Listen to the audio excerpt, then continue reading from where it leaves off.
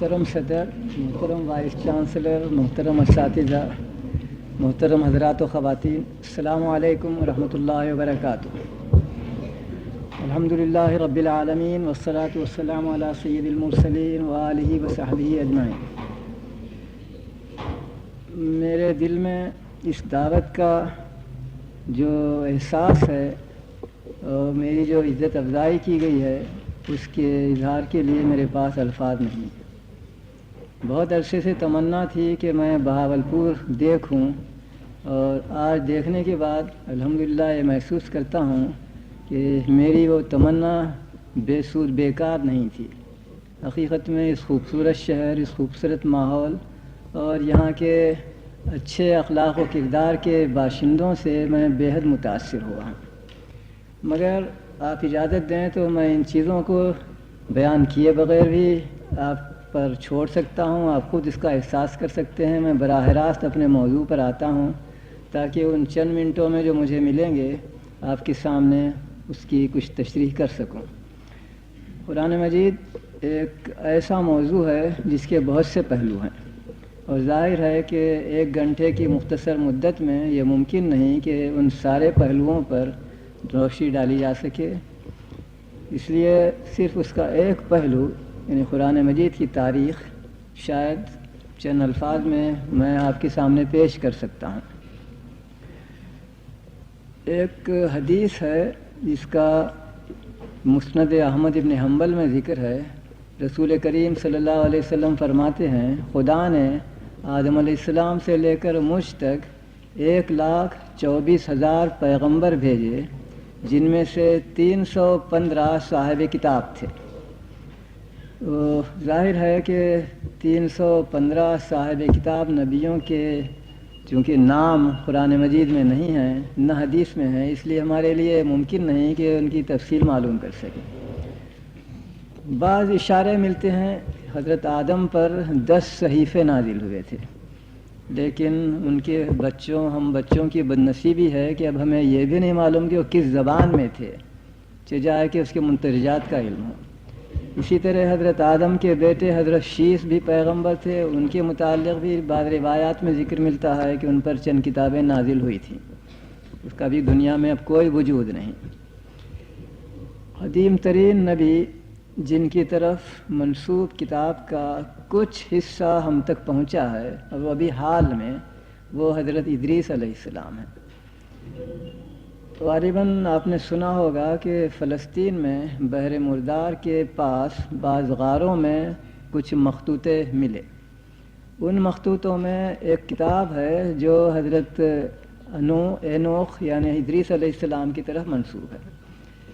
حال میں اس کے ترجمے انگریزی میں شائع ہوئے ہیں، اور ممکن ہے کہ یہ صحیح ہو، کہنا ممکن نہیں کہ یہ حقیقی ہے یا کیا۔ بہرحال یہ قدیم ترین نبی کی کتاب ہے جس کا کچھ وجود ہم تک پہنچا ہے۔ اس کے بعد حضرت نوح علیہ السلام کے متعلق بھی کچھ اشارے ملتے ہیں۔ چنانچہ عراق میں آج بھی ایک چھوٹا سا فرقہ، ایک چھوٹی سی قوم پائی جاتی ہے، سابعہ۔ ان کا دعویٰ ہے کہ ہم حضرت نوح کی کتاب پر ہی عمل کرتے ہیں، حضرت نوح کے دین ہی پر اب تک باقی ہیں، اور وہ یہ بھی کہتے ہیں کہ ایک زمانے میں ہمارے پاس ان کی پوری کتاب موجود تھی، لیکن اب وہ غائب ہو گئی ہے، ہمارے پاس موجود نہیں۔ اس کے مندرجات 4-5 سطروں میں ہمارے پاس موجود ہیں جن میں اخلاق کی تعلیم دی گئی ہے۔ اس کے بعد ایک اور نبی آتے ہیں جن کی کتاب کا ذکر خود قرآن مجید میں موجود ہے، وہ ابراہیم علیہ السلام ہے۔ صحف ابراہیم و موسیٰ 2 مرتبہ قرآن مجید میں اس طرح کا ذکر آیا ہے، اور ان کی کتاب کے مندرجات بھی اسلامی ادبیات میں تو نہیں لیکن یہودی اور عیسائی ادبیات میں چند سطروں کی حد تک محفوظ ملتے ہیں۔ میں ان تفصیلوں میں اس لیے نہیں جاتا ہوں کہ وقت بہت کم ہے۔ اسی طرح بعض ایسے انسان جن کو صراحت کے ساتھ نبی تو تسلیم نہیں کیا جا سکتا، لیکن جن کی نبوت ناممکن نہیں ہے، ان میں سے ایک شخصیت زردشت کی ہے۔ جس پر پارسی لوگ یا ان کو اپنا نبی مانتے ہیں، ان کی نبوت کا امکان میں اس بنا پر لیتا ہوں کہ قرآن مجید میں مجوس کی قوم کا ذکر آیا ہے۔ مجوسیوں کا مذہب زردشت کی لائی ہوئی کتاب آویستا پر مبنی ہے۔ اس کے متعلق ہمارے پاس کچھ معلومات ہیں اس وقت، اور وہ معلومات میں اس لیے اشارتاً بیان کرتا ہوں کہ قرآن مجید کا جب ہم اس کے ساتھ مقابلہ کریں تو یہ معلوم ہو کہ کس کو کیا برتری حاصل ہے۔ زردشت کی کتاب جس زبان میں تھی وہ زند کہلاتی تھی۔ کچھ عرصہ بعد ایران پر بعض دوسری قوموں کا حملہ ہوا، قبضہ ہوا، اور نئے فاتحوں کی زبان وہاں رائج ہوئی اور پرانی زبان وہاں سے ختم ہو گئی۔ نتیجہ یہ ہوا کہ زن زبان کے جاننے والے سوائے مٹھی بھر اہل علم متخصصین کے ملک میں کوئی نہ رہے۔ اس لیے زردشت کے دین کے علماء نے اس کتاب کا خلاصہ اور شرح کے طور پر کہ اصل کتاب مشکل تھی، اس نئی زبان میں لکھا جو پازند کہلاتی ہے۔ آج کل ہمارے پاس اس پازند نسخے کا 1/10 حصہ زیادہ سے زیادہ موجود ہوگا، باقی حصہ غائب ہو چکا ہے۔ اس 1/10 حصے میں بھی کچھ چیزیں عبادات کے متعلق ہیں، کچھ چیزیں دیگر احکام کے متعلق ہیں۔ بہرحال دنیا کا جو قدیم ترین دینی کتاب تھی اور جس کو ہم آویستا کے نام سے معلوم کرتے ہیں، جانتے ہیں، وہ کامل طور پر ہم تک نہیں پہنچ سکی۔ صرف ایک چیز کا میں ذکر کروں گا اشارتاً۔ اس کتاب میں آویستا میں علاوہ اور چیزوں کے اس بات کا ذکر ہے کہ زردشت کے مطابق میں نے دین کو مکمل نہیں کیا، میرے بعد ایک اور نبی آئے گا جو اس کی تکمیل کرے گا اور اس کا نام ہوگا رحمت للعالمین۔ محمد کا لفظ وہاں نہیں ہے صلی اللہ علیہ وسلم، لیکن رحمت للعالمین ساری دنیاؤں کے لیے، ساری کائنات کے لیے رحمت، یہ لفظ اس نے استعمال کیا ہے۔ ہندوستان میں بھی دینی کتابیں پائی جاتی ہیں، اور ہندوؤں کے ہاں عقیدہ بھی ہے کہ یہ خدا کی الہام کردہ کتابیں ہیں۔ وہاں وید بھی ہیں، وہاں پرانا بھی ہیں، وہاں اپنشد بھی ہیں، وہاں اور کتابیں بھی ہیں، اور یہ کہنا ممکن نہیں کہ یہ ساری کتابیں ایک ہی نبی پر نازل ہوئی ہوں گی۔ ممکن ہے متعدد انبیاء پر نازل ہوئی ہوں، اگر وہ انبیاء تھے۔ ان میں بھی اس طرح کے اشارے ملتے ہیں۔ چنانچہ پرانا نامی کتابوں میں جس لفظ کو کچھ اہمیت بھی حاصل ہے، پرانا وہی لفظ ہے جو اردو لفظ پرانا یعنی قدیم، اور اس کی طرف ہمیں ایک عجیب و غریب اشارہ قرآن مجید میں ملتا ہے، وَإِنَّهُ لَفِي زُبُرِ الْأَوَّلِينَ۔ اس چیز کا پرانی کتابوں میں ذکر ہے۔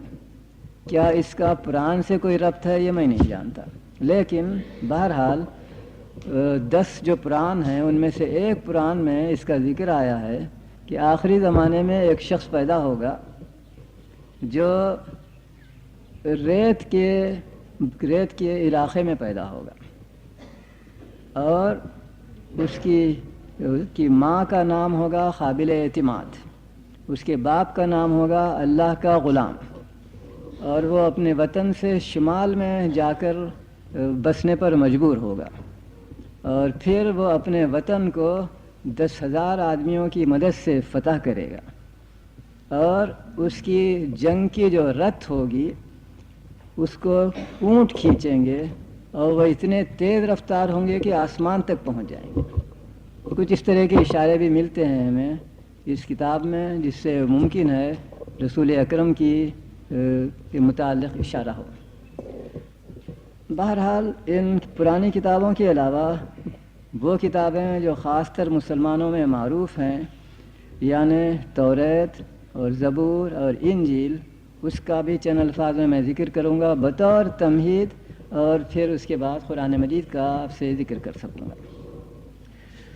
توریت حضرت موسیٰ کی طرف نازل شدہ کتاب سمجھی جاتی ہے، اس معنی میں کہ اصل میں توریت ایک جز ہے اس کتاب کا۔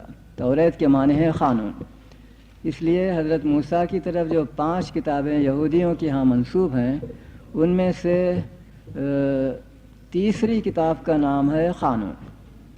پہلی کتاب کتاب پیدائش کہلاتی ہے، دوسری کتاب کتاب خروج یعنی مصر سے نکلنے کے حالات ہیں، تیسری کتاب قانون ہے، چوتھی کتاب کا نام ہے اعداد و شمار، چونکہ حضرت موسیٰ نے حکم دیا تھا کہ یہودیوں کی مردم شماری کی جائے قبیلہ وار، چنانچہ اس کی اعداد و شمار اس میں ملتے ہیں، اس لیے اس کتاب کا نام بھی اعداد و شماری رکھا گیا ہے۔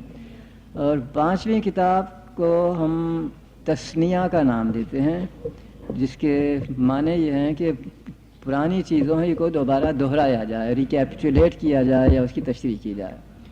یہ 5ویں کتاب شروع میں یہودیوں کے ہاں پائی نہیں جاتی تھی۔ حضرت موسیٰ کے کوئی 600 سال بعد ایک جنگ کے زمانے میں ایک شخص ملک کے یہودی بادشاہ کے پاس ایک کتاب لاتا ہے اور یہ کہتا ہے کہ ہمیں یہ کتاب غار میں ملی ہے اور معلوم نہیں کس کی ہے، گمنام کتاب ہے، مگر اس میں دینی احکام نظر آتے ہیں۔ بادشاہ نے اپنے زمانے کی نبیہ عورت کے پاس، یہودیوں کے ہاں عورتیں بھی نبی ہوتی رہی ہیں، کم از کم وہ دعویٰ کرتے ہیں، ایک نبیہ کے پاس اس نسخے کو بھیجا اور اس نبیہ نے کہا کہ یہ حضرت موسیٰ ہی کی کتاب ہے۔ چنانچہ حضرت موسیٰ کے 600 سال بعد سے اس کو حضرت موسیٰ کی طرف منسوب کیا جانے لگا ہے اور اسے کتاب تثنیہ کا نام دیا جاتا ہے، کیونکہ اس میں دوسری ابتدائی 4 کتابوں ہی کے احکام کو دہرایا گیا ہے، کچھ خلاصے کے طور پر، کچھ اس میں شدت میں اضافہ ہی کر کے، بہرحال یہ 5 کتابیں ہیں۔ اس کی سرگزشت یہ ہے، جب حضرت موسیٰ کی وفات کے بعد حضرت یوشع اور ان کے بعد کے انبیاء کے زمانے میں یہودیوں نے فلسطین کا کچھ حصہ فتح کیا، وہاں حکومت شروع کی، تو کچھ عرصے کے بعد عراق کے حکمران نے بخت نصر یا نبوخت نظر، اس نے فلسطین پر حملہ کیا، اور چونکہ اس کا دین یہودیوں کے دین سے مختلف تھا، اس لیے صرف ملک پر قبضہ کرنے پر اس نے اکتفا نہیں کیا، بلکہ ان دشمنوں کے دین کو بھی دنیا سے محو اور نابود کرنے کی خاطر توریت کے جتنے قلمی نسخے تھے ان سب کو جمع کیا اور آگ لگا دی، ایک نسخہ بھی باقی نہیں رہا۔ اور یہودی مورخوں کے مطابق اس کے 100 سال بعد ان کے ایک نبی حضرت عزرا، شاید حضرت عزیر ہی کا نام ہو، حضرت عزرا نے یہ کہا کہ مجھے توریت زبانی یاد ہے اور املا کروایا۔ یہ اس کے اعادے کی صورت تھی۔ اس کے کچھ عرصہ بعد روما کے ایک حکمران نے فلسطین پر حملہ کیا اور سپہ سالار کا نام تھا انٹیوکوس، اس نے بھی وہی کام کیا جو بخت نصر نے کیا تھا، یعنی یہودیوں کی کتابیں جمع کی، ان کو پھر جلا دیا، دوسری مرتبہ وہ نابود کر دی گئی۔ اس کے کچھ عرصہ بعد ایک اور رومن حکمران نے فوج بھیجی ٹیٹس کمانڈر کی سرداری میں، اس نے پھر تیسری مرتبہ یہودیوں کی کتابوں کو جو فلسطین میں اسے ملی جمع کر کے تباہ و تاراش کر دیا۔ اب ہمارے پاس جو کتاب توریت کے نام سے ملتی ہے اولڈ ٹیسٹمنٹ کی، یا اولڈ ٹیسٹمنٹ کی میں بھی پینٹاٹیوک یعنی حضرت موسیٰ کی طرف منسوب 5 کتابیں ہیں، وہ ان 3-4 مرتبہ کی تباہی کے بعد اعادہ شدہ کتابیں ہیں۔ کس طرح اعادہ ہوا اور کس نے ان کا اعادہ کیا، اس کے متعلق میں کوئی معلومات نہیں۔ البتہ جو شخص اس کتاب کو پڑھتا ہے، پینٹاٹیوک حضرت موسیٰ کی 5 کتابوں کو، تو اس کو 2 چیزوں سے سابقہ پڑتا ہے۔ بعض وقت تو اسے اس میں ایسی چیزیں ملتی ہیں جو کھٹکتی ہیں کہ یہ اصل میں نہیں ہونا چاہیے، بات کا اضافہ ہے۔ میں ابھی آپ کو اس کی ایک مثال دوں گا۔ اسی طرح وہ بعض کتاب کو پڑھتا ہے تو بعض چیزیں اسے ایسی نظر آتی ہیں جہاں اس کی تشنگی باقی رہتی ہے اور ان کو تلاش کرتا ہے، وہ وہاں نہیں ملتی، گویا کچھ چیزیں کم بھی ہیں اور کچھ چیزیں زائد بھی ہیں۔ جو چیزیں زائد ہو گئی ہیں وہ یہ ہے کہ حضرت موسیٰ کی طرف منسوب کتاب میں حضرت موسیٰ کی وفات کے بعد کے واقعات نہیں ہونے چاہیے، لیکن اگر آپ کتاب تثنیہ پڑھیں تو اس کے آخری باب میں حضرت موسیٰ کی بیماری، حضرت موسیٰ کی وفات، حضرت موسیٰ کے دفن اور اس کے بعد کے واقعات کا ذکر ملتا ہے۔ تو یہ حصہ یقیناً بدیہی طور پر بات کا اضافہ ہے، اور کتنے چیزوں کا اضافہ ہوا یہ خدا بہتر جانتا ہے، مگر یہ چیز ایسی ہے جو ہر پڑھنے والے کو فوراً محسوس ہو جاتی ہے۔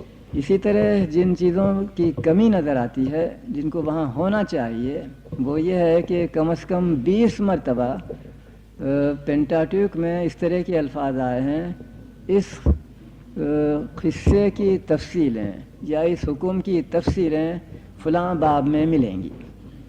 ایک باب کا نام دیا ہے خدا کی جنگیں، ایک اور باب کا نام دیا ہے مخلص اور نیک لوگوں کی کتاب۔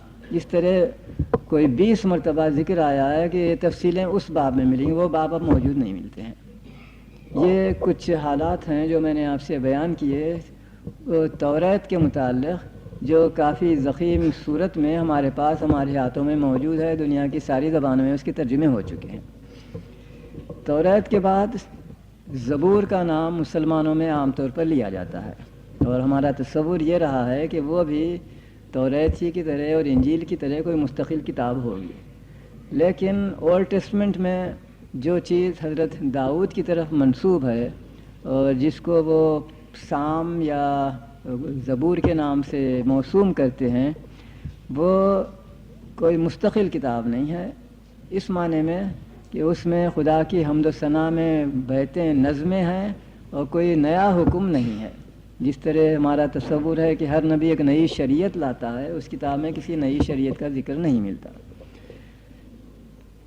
جس طرح پرانی کتابوں کے متعلق قرآن سے لے کر اور آوستہ سے لے کر میں نے آپ سے ذکر کیا کہ اس میں ایک آخری نبی کی بشارت ہے، توریت میں بھی ایسی چیزیں ملتی ہیں، زبور میں بھی ایسی چیزیں ملتی ہیں، اور جو سرگزشت توریت کی رہی وہی سرگزشت زبور کی بھی رہی، میں اس کو چھوڑ کر اب انجیل کا ذکر کرتا ہوں۔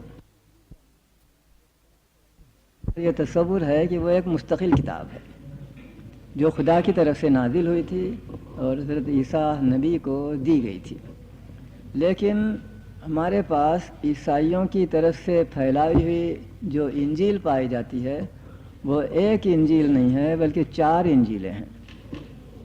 میتھیو اور مارک اور لیوک اور اس طرح 4 آدمیوں کی طرف منسوب کتابیں ہیں، اور یہ 4 کتابیں بھی گویا ساری انجیلیں نہیں ہیں، بلکہ عیسائی مورخوں کے مطابق 70 سے زیادہ انجیلیں پائی جاتی تھیں، جن میں سے ان 4 کو قابل اعتماد قرار دیا گیا ہے اور باقی کو اپوکریفل، مشتبہ اور شبہ سے بھری ہوئی قرار دیا گیا ہے۔ ان کے پڑھنے سے یہ نظر آتا ہے کہ وہ خدا کی طرف سے بھیجے ہوئے احکام کی صورت میں بالکل نہیں، بلکہ وہ ہے سوانح عمری حضرت عیسیٰ کی۔ پہلے ایک شخص نے لکھا، پھر دوسرے نے، اسی کا دیکھا دیکھی تیسرے چوتھے نے، ہر شخص نے حضرت عیسیٰ کی سوانح عمری لکھی اور اس کو انجیل کا نام دیا۔ لفظ انجیل کے معنی ہے خوشخبری، اور اس نام کے دینے کی غالباً وجہ یہ ہے کہ حضرت عیسیٰ کے جو حالات انجیلوں میں ملتے ہیں وہ یہ ہیں کہ عام طور پر وہ کسی گاؤں میں جاتے تھے اور وہاں کے لوگوں سے کہتے تھے میں بشارت دیتا ہوں کہ خدا کی حکمرانی اب جلد آنے والی ہے، تو شاید اس اساس پر کتاب کا وہ نام دیا گیا۔ لیکن اگر حضرت عیسیٰ پر کوئی انجیل نازل ہوئی تھی تو حضرت عیسیٰ نے اسے لکھوایا نہیں، اور آج دنیا میں اس کا کوئی وجود نہیں۔ اب ہمارے پاس جو چیز ہے وہ یہ ہے کہ حضرت عیسیٰ کی سوانح عمریاں بہت سے لوگوں نے لکھی تھیں، اور ان سوانح عمریوں کو ہر مؤلف نے انجیل کا نام دیا تھا، اور ان میں سے 4 کو کلیسا نے قابل اعتماد قرار دیا ہے اور باقی کو رد کیا ہے۔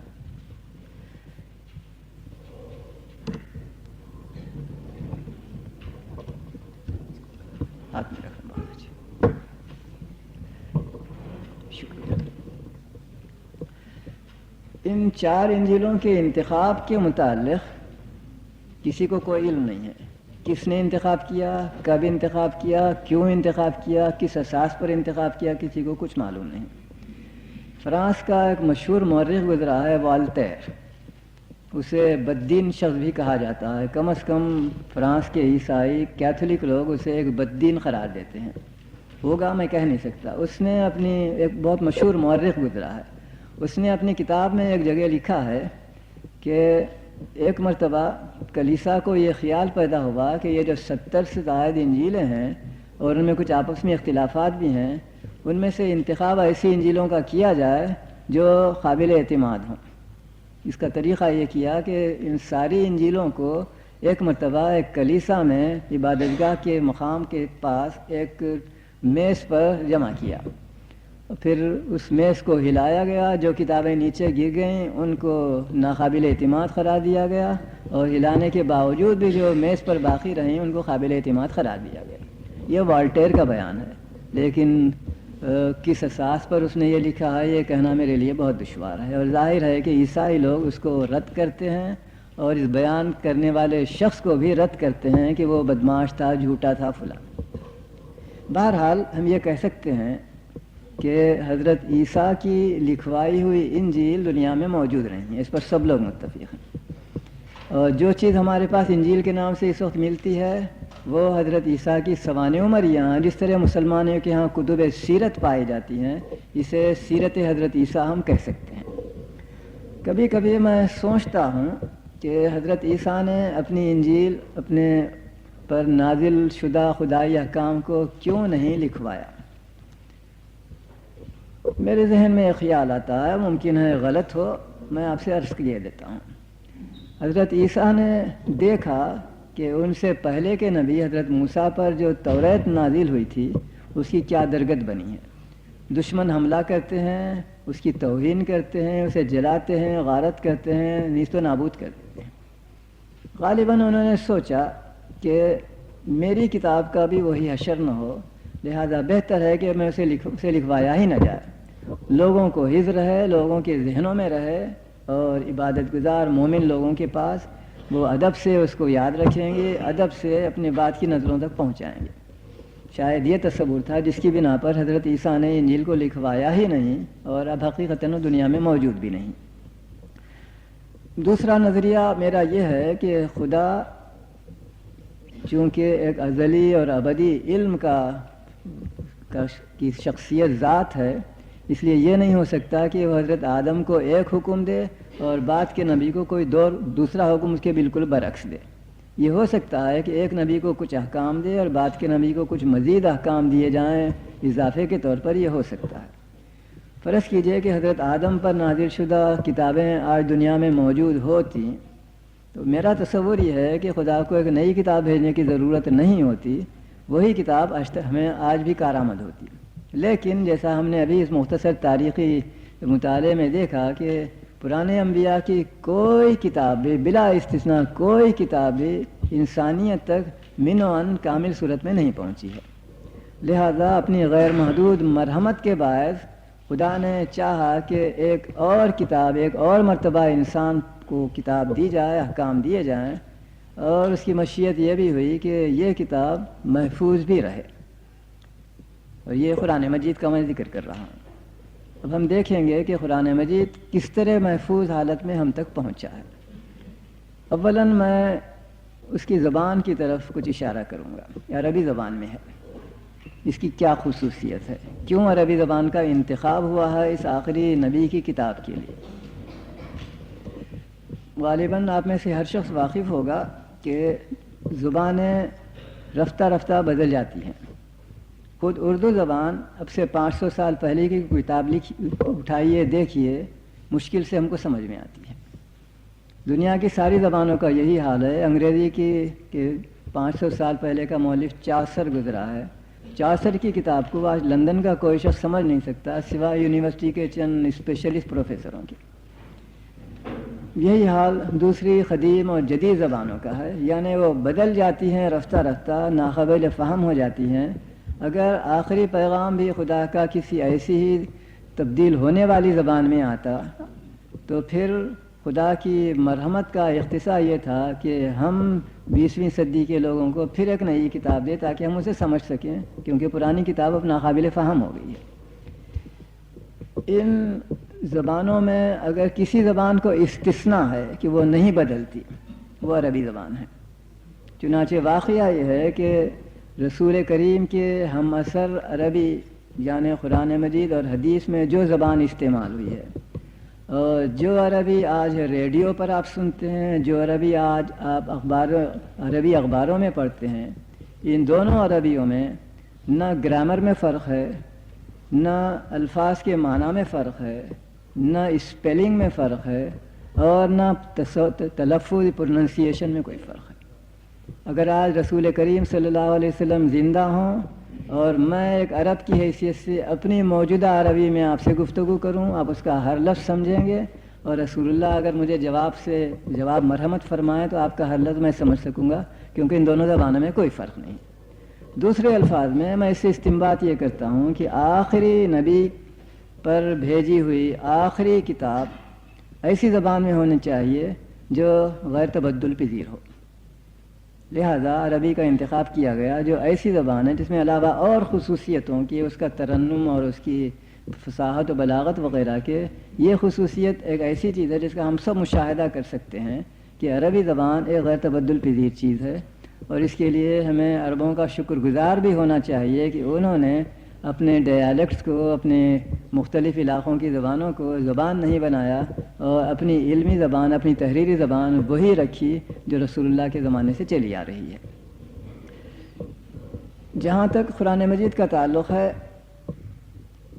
آپ سب واقف ہیں کہ وہ ایک دم ایک ساتھ نازل نہیں ہوا، جیسا کہ توریت کے متعلق یہودیوں کا بیان ہے کہ خدا نے تختیوں پر لکھ کر انہیں ایک مرتبہ دے دیا۔ اس کے برخلاف قرآن مجید 23 سال تک جستہ جستہ نجمن جیسا کہ ہمارے مؤلف کہتے ہیں نازل ہوتا رہا، اور اس کا مجموعہ ہے جو اب قرآن مجید کی صورت میں ہمارے پاس موجود ہے۔ اس کا آغاز ہوا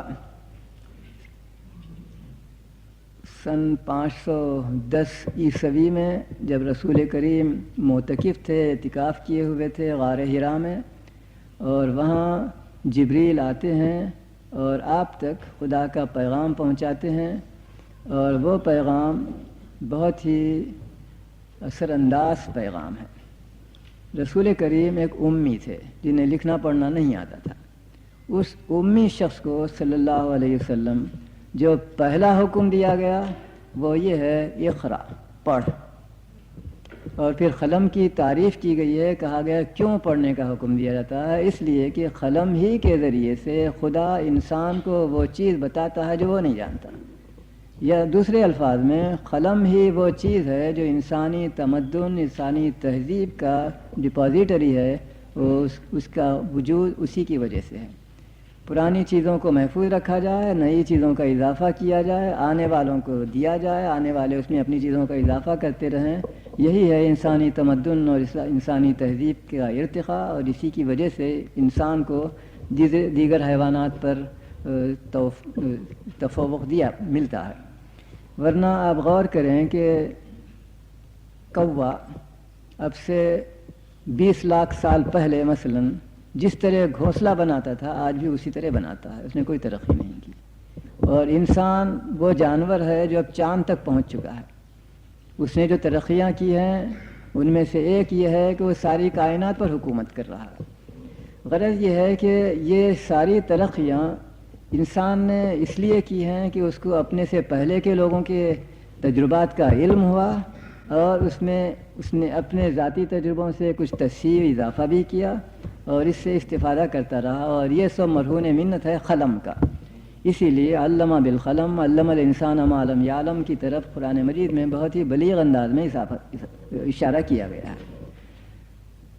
جب یہ 5 ابتدائی آیتیں سورہ اقرا کی نازل ہوئیں تو رسول کریم غار کو چھوڑ کر گھر واپس آئے، بیوی کو سنایا، آج یہ واقعہ مجھے پیش آیا ہے، مجھے خوف ہے کہ وہ شاید کسی شیطان کی چیز ہو، میرا دل دھڑکتا ہے۔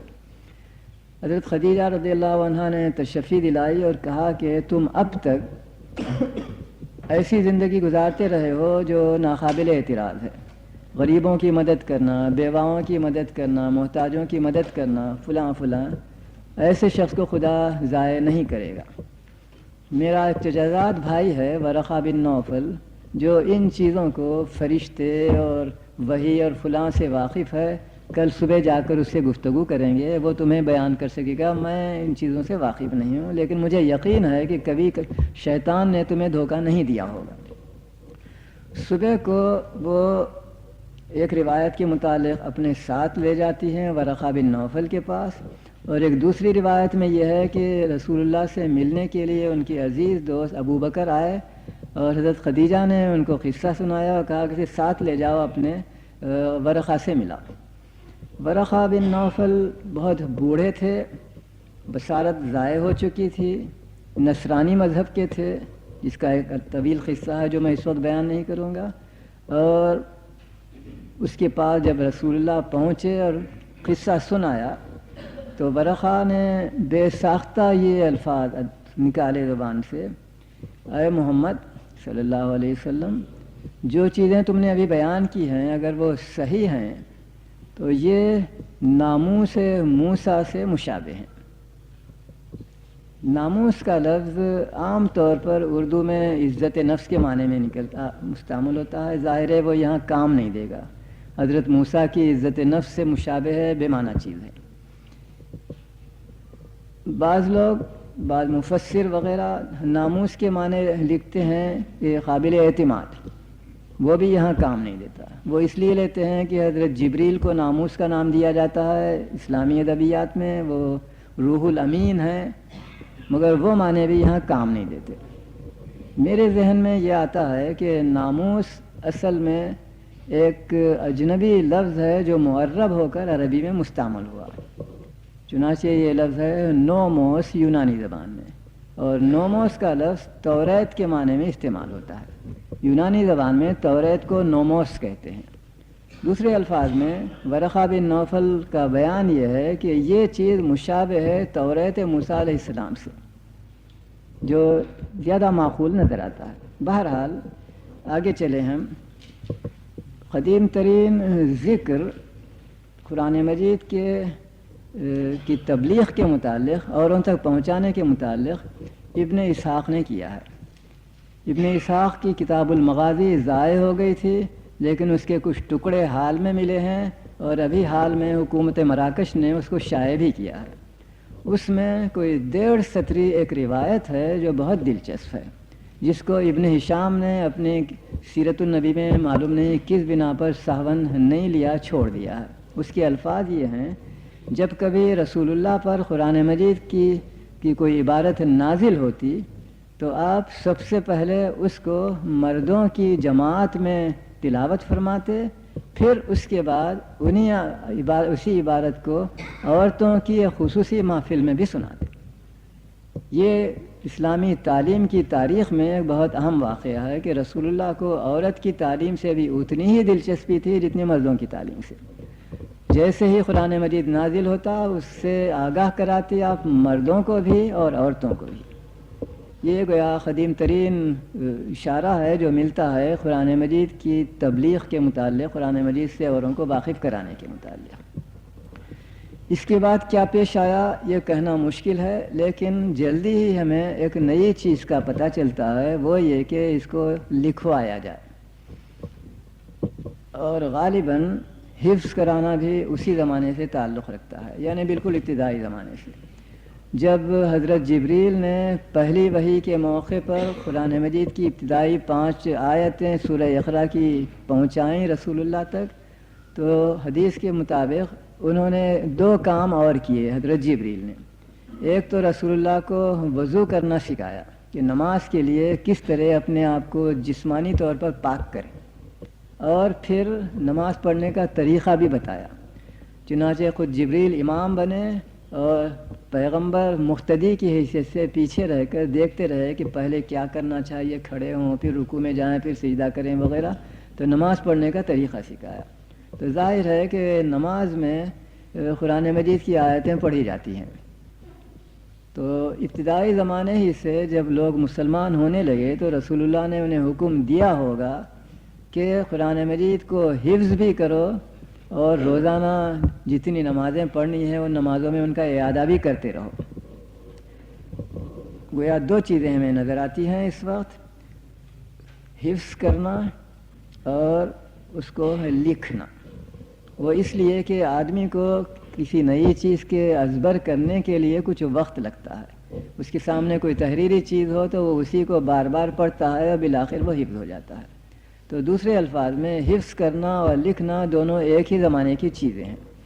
اس میں ہمارے مؤلف بیان کرتے ہیں، مورخ بیان کرتے ہیں کہ رسول کریم جب کوئی آیت نازل ہوتی تو اپنے صحابہ میں سے کسی ایسے شخص کو جسے لکھنا پڑھنا آتا ہو یاد فرماتے اور اس کو املا کراتے کہ یہ وحی آئی ہے، اسے لکھو۔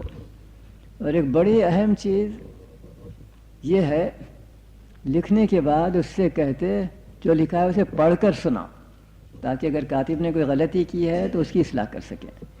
یہ قرآن مجید کی تدوین کی تاریخ کا آغاز ہے۔ رسول اللہ کا طریقہ یہ تھا کہ جب کوئی آیت نازل ہوتی تو اسے لکھواتے، اور کاتب جب سے وہ لکھ لیتا تو اس سے کہتے کہ قراءت سماعت کے طور پر پڑھ کر سناؤ، تاکہ اس میں اگر کوئی اتفاقاً غلطی رہ گئی ہے تو اس کی اصلاح کی جا سکے۔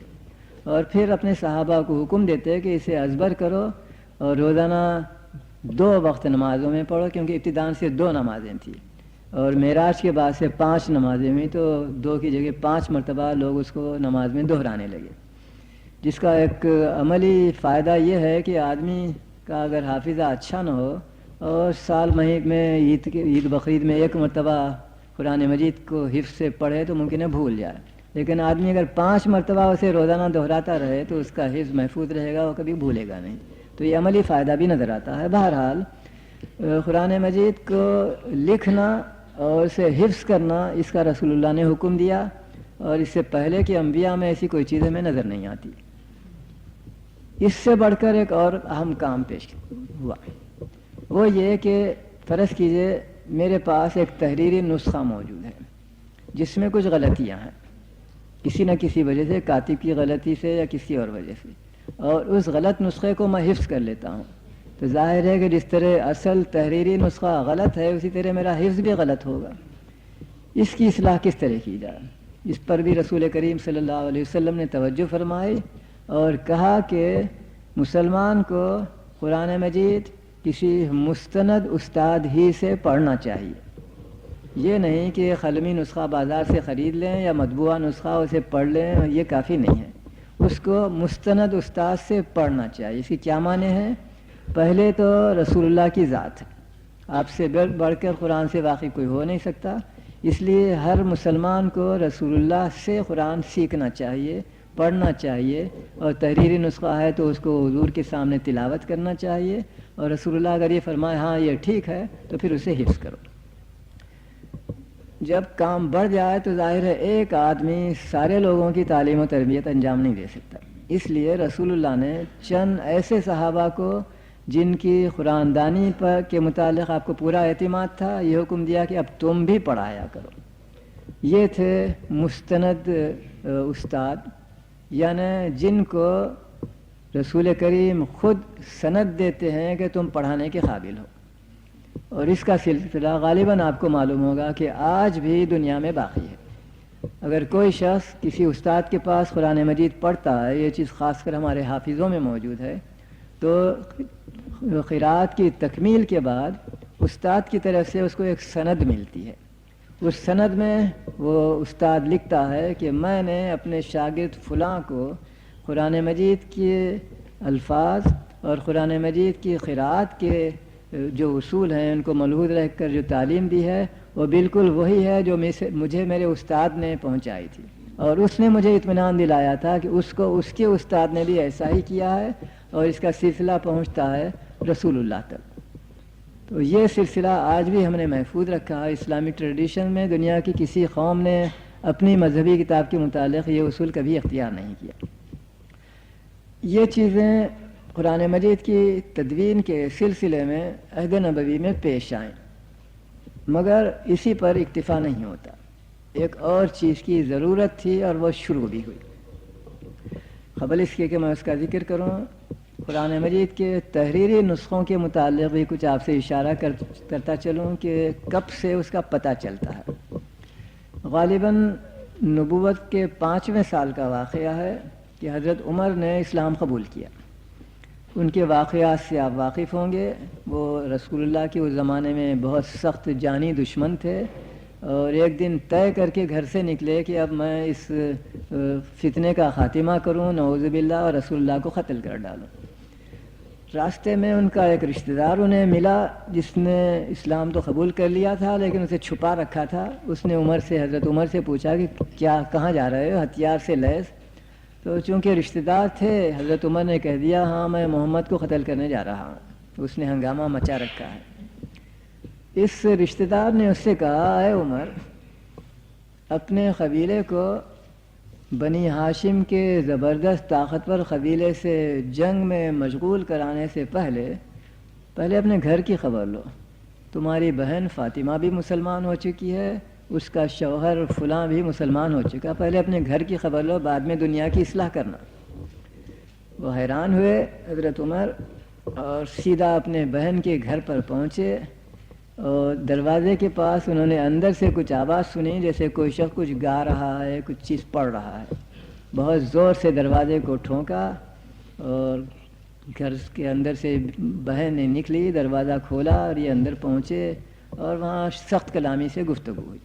اس قصے سے آپ لوگ واقف ہیں, میں مختصراً ذکر کر رہا ہوں کہ بالآخر حضرت عمر نے اپنی بہن کو اس پر آمادہ کیا کہ جو چیز وہ پڑھ رہی تھی وہ ان کو دکھائے.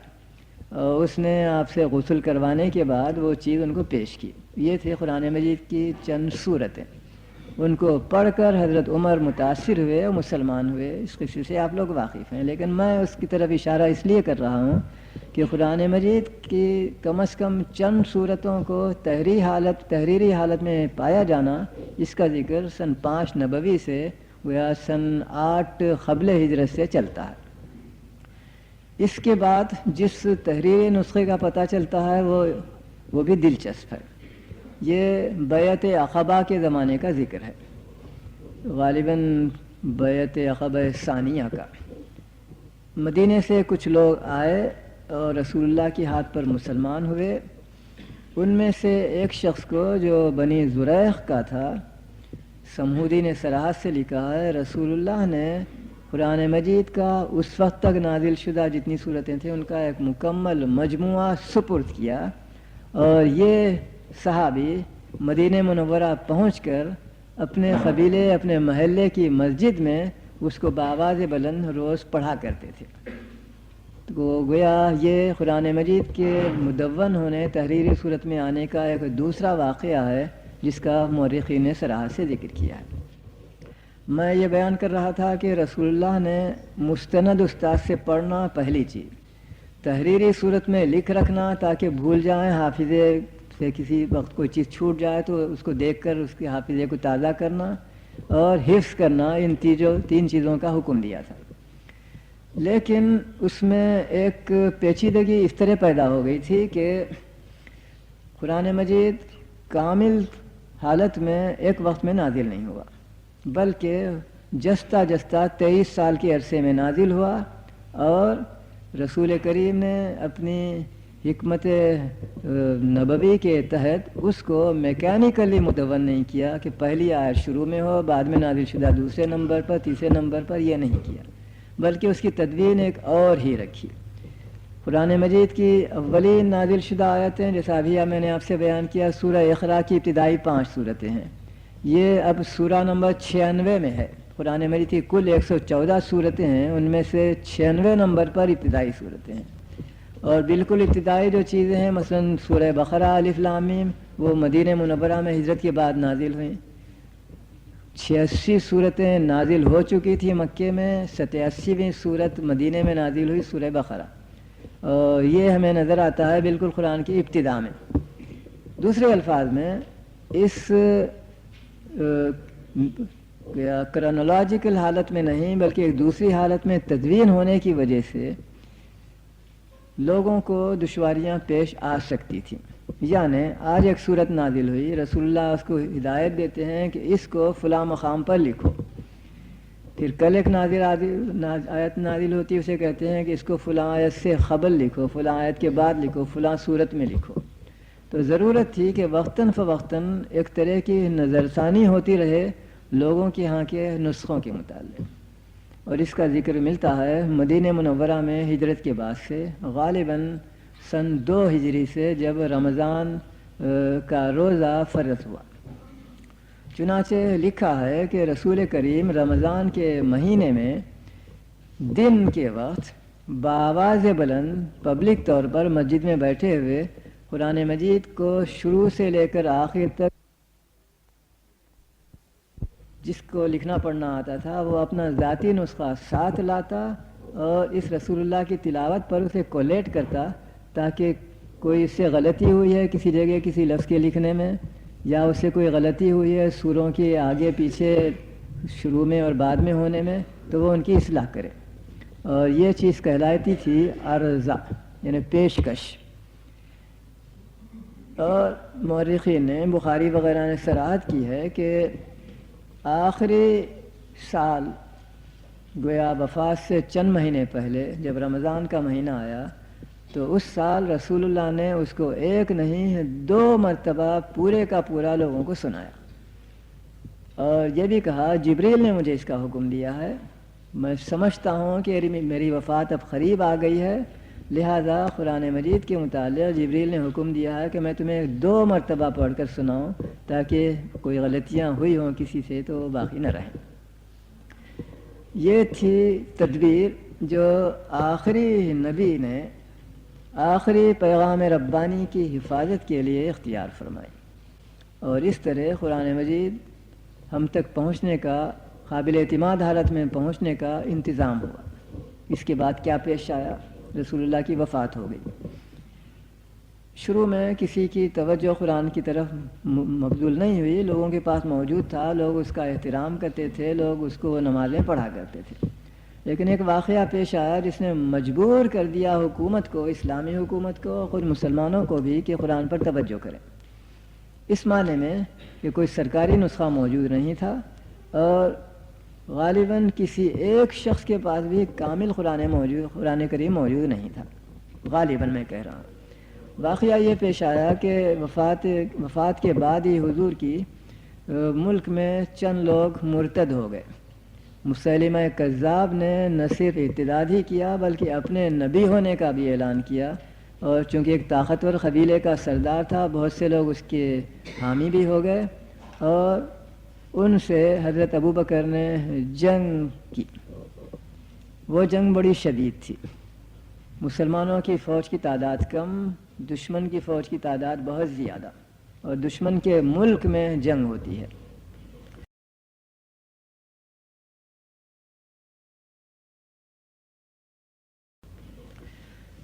یہ نشت کا واقعہ ہے.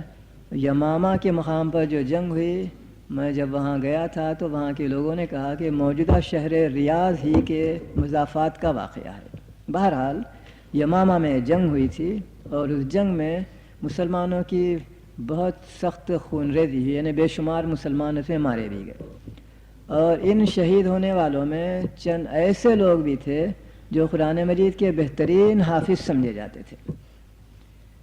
جب فتح ہوئی اور اطلاع مدینے کو پہنچی تو مسلمانوں کو فتح پر خوشی تو ہوئی لیکن بے شمار حافظ قرآن لوگوں کی اور اچھے اچھے مسلمانوں کی شہادت پر انتہائی رنج بھی ہوا. خیر, حضرت عمر نے اس سے یہ نتیجہ اخذ کیا کہ اگر حکومت قرآن مجید کے تحفظ پر توجہ نہ کرے اور حافظ قرآن رفتہ رفتہ یا جنگوں میں مارے جائیں یا طبی موت پر دنیا سے ختم ہو جائیں تو پھر قرآن مجید کے لیے بھی وہی دشواری پیش آئے گی جو پرانے انبیاء کی کتابوں کی ہے کہ دنیا سے ضائع ہو جائے گا. اس لیے وہ دوڑے ہوئے حضرت ابوبکر کے پاس آئے اور کہا کہ اے امیر المومنین, آپ قرآن کے تحفظ پر توجہ فرمائیے. یمامہ کی جنگ میں 6000 حافظ مسلمان مارے گئے, ان میں بہت سے حافظ بھی تھے. حضرت عمر کا کہ اس استدعا تجویز پر حضرت ابوبکر کا جواب ایک نئے پہلو کا مظاہرہ کرتا ہے. وہ فدائے رسول تھے حضرت ابوبکر. ان کا جواب بھی ایسے ہی فدائے رسول کا جواب ہونا چاہیے اور تھا. انہوں نے کہا, اے عمر, جو کام رسول اللہ نے نہیں کیا وہ میں کیسے کروں. تو حضرت عمر بحث حجت کرتے ہیں اور بالآخر حضرت ابوبکر قائل تو ہو جاتے ہیں لیکن فیصلہ نہیں کرتے. کہتے ہیں اچھا یہ تمہاری رائے ہے, یہ میری رائے ہے, کسی تیسرے شخص کو ہم حکم بنائیں گے اور جو وہ فیصلہ کرے کثرت رائے کی بنا پر اس پر ہم عمل کریں گے. چنانچہ انہوں نے حضرت زید بن ثابت کو بلایا جو رسول اللہ کے کاتب وحی تھے اور ان کو پورا قصہ سنایا کہ یمامہ کی جنگ میں مسلمان حافظ شہید ہوئے ہیں. حضرت عمر کا خیال ہے کہ قرآن مجید کو لکھوایا جائے سرکاری طور پر. میری رائے ہے کہ ایسا نہیں ہونا چاہیے. ہم نے تمہیں حکم بنایا, بتا تمہاری کیا رائے ہے. حضرت زید کا فوری جواب بھی وہی تھا جو حضرت ابوبکر کا, جو رسول اللہ نے نہیں کیا وہ ہم کیسے کریں. بحث ہوئی. بالآخر حضرت عمر نے ان سے کہا, اے زید اگر لکھیں تو اس میں حرج کیا ہے. تو حضرت زید کے الفاظ روایت میں ہیں, واقعی میرے پاس کوئی جواب نہیں تھا, اس میں کوئی حرج تو مجھے نظر نہیں آیا. ایک سینٹیمنٹل چیز ہے, رسول اللہ نے نہیں کیا ہم کیسے کریں, لیکن کریں تو اس میں کوئی امر مانے بھی نظر نہیں آتا. مگر وہ کہتے ہیں کہ جب حضرت ابوبکر نے مجھ سے کہا کہ اس کام کو میں انجام دوں تو میرے لیے اتنی مشکل چیز معلوم ہوئی کہ اگر مجھے جبل احد کو اٹھانے کا حکم دیا جاتا تو وہ میرے لیے آسان ہوتا قرآن مجید کی تدوین کے مقابلے میں. بہرحال وہ اسے قبول کرتے ہیں, اور حضرت ابوبکر کی احکام قابل ذکر ہیں کہ کس طرح قرآن کی تدوین کی جائے. انہوں نے شہر مدینہ میں ڈھنڈورا پٹوایا. جس شخص کے پاس قرآن مجید کی کوئی تحریری چیز موجود ہے, کوئی آیات, کوئی صورتیں, اور وہ رسول اللہ کے پاس عرضہ کے موقع پر جو تلاوت ہوتی تھی اس سے کولیشن کر کے تصحیح شدہ ہے, یا خود رسول اللہ سے پڑھا ہوا نسخہ ہے, وہ لا کر پیش کرے اس کمیشن کے پاس. کمیشن کے صدر حضرت زید بن ثابت ہیں, لیکن کئی اور مددگار بھی تھے جن میں حضرت عمر بھی شامل تھے. اور اس کمیشن کو حکم دیا گیا تھا کہ قرآن مجید کے جو نسخے پیش کیے جائیں, قابل اعتماد نسخے, عرضہ میں پیش کیے ہوئے نسخے, اگر کم سے کم 2 تحریری نسخے کسی چیز کو قرآنی آیت قرار دیں تو اس کو لکھا جائے, اور 2 سے کم تحریری شہادتیں ہوں تو اسے رد کر دیا جائے. میں سمجھتا ہوں ان چیزوں سے آپ واقف ہیں. بہرحال اس طرح قرآن مجید کی تدوین ہوئی حضرت ابوبکر کے زمانے میں, اور اس کو کاتب وحی زید ابن ثابت کی نگرانی میں انجام دیا گیا. اور اس چیز کو نہ بھلائیے کہ رسول اللہ کی وفات پر کم سے کم 20-25 حافظ موجود تھے, کچھ انصار کے, کچھ مہاجرین کے, اور ان کو سارا قرآن مجید حفظ تھا, جن میں ایک عورت بھی تھی حضرت ام ورقہ, وہ بھی حافظ تھی, اور خود زید ابن ثابت کمیشن کے صدر وہ بھی حافظ تھے. اس لیے جو کچھ انہوں نے لکھا اس کو اس یقین کے ساتھ لکھا کہ میرے ذہن میں موجود بھی ہے. آج الحمدللہ 2 تحریری شہادتیں بھی مل گئی ہیں, وہ اس کو لکھتے گئے. اور راوی بیان کرتے ہیں کہ پورا قرآن مجید اس طرح لکھنے کے بعد ایک چھوٹی چیز کا میں ذکر کرتا چلوں. جب لوگ نسخہ لا کر پیش کرتے تھے تو حضرت عمر اسے قسم دیتے تھے, قسم کھا کر بیان کرو کہ یہ نسخہ جو تم پیش کر رہے ہو وہی ہے جو رسول اللہ کے سامنے اس کی تصحیح ہوئی ہے. جب وہ قسم کھا کر یقین دلاتے تو پھر اس سے استفادہ کیا جاتا, ان آیتوں کو نوٹ کیا جاتا تھا. جب پورا قرآن لکھا گیا تو حضرت زید کہتے ہیں میں نے اسے شروع سے آخر تک پڑھا, اس میں مجھے ایک آیت کم نظر آئی. میرے حفظ میں تو موجود تھی مگر اس تحریری نسخے میں موجود نہیں. چنانچہ میں نے شہر کی چکر لگائی, ہر گھر میں داخل ہوا. اولاً مہاجرین کے گھروں میں کسی کو وہ آیت یاد نہیں تھی, یا کم از کم اس کے پاس تحریری حالت میں موجود نہیں تھی. پھر انصار کے گھروں میں گیا, بالآخر ایک شخص کے پاس وہ نسخہ ملا تحریری صورت میں, اور یہ کہہ کر کہ وہ رسول اللہ کے سامنے پڑھا ہوا نسخہ ہے. ابوبکر رضی اللہ عنہ کی ہدایت تھی کہ جب تک 2 تحریری نسخے نہ ملیں اس وقت تک اس کو قرآن کے طور پر قبول نہ کیا جائے, اور یہ صرف ایک شخص کے پاس ملا ہے. لیکن یہاں مشیت خداوندی اپنا اثر دکھاتی ہے. یہ وہ شخص تھے جن کے متعلق خود رسول اللہ نے ایک مرتبہ خوش ہو کر ان کی کسی حرکت پر کہا تھا کہ آج سے تمہاری شہادت 2 شہادتوں کے مساوی سمجھی جائے گی. یہ قدرت کی طرف سے اس کا انتظام تھا. اس طرح اس آیت کو انہوں نے اس ایک شخص سے لے کر نقل کر دیا اور پھر اسے پڑھا. پھر ان کا بیان ہے میں اسے دوبارہ پڑھا, اس میں ایک اور آیت کی بھی کمی نظر آئی. ممکن ہے وہ ایک ہی واقعہ ہو یا اس آیت کے متعلق, بہرحال وہاں بھی یہی کہا جاتا ہے اسی نام والے ایک شخص کا انہوں نے وہ چیز بیان کی. میں یہ ذکر کرتا چلوں, فرض کیجئے کہ یہ آیتیں جن کے ہمارے پاس صراحت سے ذکر ہے کون سی آیتیں تھیں, اگر آج ہم اس کو قرآن سے خارج بھی کر دیں تو کوئی اہم چیز ضائع نہیں ہوتی. قرآن مجید کی جن آیتوں کی طرف یہ اشارہ ہے اس کا مفہوم قرآن مجید کی دوسری آیتوں میں بھی موجود ہے. لیکن بہرحال جس احتیاط سے قرآن مجید کی تدوین عمل میں آئی اس کا مقابلہ تاریخ عالم کی دینی کتابوں میں سے کوئی کتاب بھی نہیں کرتی۔ ایک چیز کی طرف میں آخر میں ذکر کروں، اس کے بعد یہ حقیر تقریر میں ختم کرتا ہوں۔ کچھ عرصے کا ذکر ہے، جرمنی کے عیسائی پادریوں نے یہ سوچا کہ حضرت عیسیٰ کے زمانے میں جو آرامی زبان کی انجیل تھی وہ تو اب موجود نہیں ہے۔ اس وقت قدیم ترین جو انجیل ہے وہ یونانی ہے، اور یونانی ہی سے دنیا کی ساری زبانوں میں اس کے ترجمے ہوئے ہیں۔ تو یونانی مخطوطوں کو جمع کیا جائے اور ان کا آپس میں مقابلہ کیا جائے۔ چنانچہ ٹکڑے کامل نسخے ساری دنیا سے جو انجیل کے یونانی زبان میں ہیں جمع کیے گئے اور ان کے ایک ایک لفظ کا کولیشن کیا گیا، اس کی رپورٹ شائع ہوئی۔ اس کے الفاظ ٹیکسچولی یہ ہیں، کوئی 2 لاکھ اختلاف روایات ملتے ہیں، سم 200,000 ویریئنٹس پائے جاتے ہیں، اور پھر اس کے بعد یہ جملہ ہے ان میں سے 1/7 اہم ہے۔ یہ ہے انجیل کا قصہ۔ غالباً اس رپورٹ کی اشاعت کے بعد کچھ لوگوں کو حسد ہوا قرآن کے متعلق، چنانچہ جرمنی ہی میں میونک یونیورسٹی میں ایک ادارہ قائم کیا گیا، انسٹیٹیوٹ فیر قرآن فورشنگ، قرآن مجید کی تحقیقات کا ادارہ یونیورسٹی میں ایک انسٹیٹیوشن کے طور پر قائم کیا گیا۔ اس کا فریضہ یہ تھا کہ ساری دنیا سے قرآن مجید کے جو قلمی نسخے ہیں ان کو یہاں اکٹھا کیا جائے، خرید کر فوٹو لے کر جس طرح بھی ممکن ہو، کامل قرآن مجید ہو، ٹکڑے ہوں، 1 صفحہ 1 سطر جو بھی ہو اسے جمع کیا جائے۔ اس کو 3 نسلوں تک جاری رکھا گیا۔ میں جب 1933 میں پیرس یونیورسٹی میں تھا تو اس کا تیسرا ڈائریکٹر پروفیسر پریتسل پیرس آیا تھا اس کام کے لیے کہ پیرس لائبریری میں قرآن مجید کے جو قدیم ترین نسخے پائے جاتے ہیں ان کے بھی فوٹو لے۔ چنانچہ پیرس کے جنرل لائبریری میں ایسے قرآن مجید ہیں جو 2 صدی ہجری کے کہے جاتے ہیں، تو وہاں آیا تھا، اس نے ان کے فوٹو بھی لیے۔ اس نے مجھ سے شخصاً بیان کیا کہ اس وقت یعنی 1933 کی بات ہے، اس وقت ہمارے انسٹیٹیوٹ میں 42,000 قرآن مجید کے مخطوطوں کے فوٹو موجود ہیں، اور کولیشن کا کام ہمارے پاس جاری ہے۔ دوسری جنگ عظیم میں اس ادارے پر ایک امریکی بم گرا، کتب خانے کا پرسونل، کتب خانے کی عمارت، کتب خانے کی لائبریری سارا ضائع ہو گیا، اس سے ایک سوئی بھی باقی نہیں۔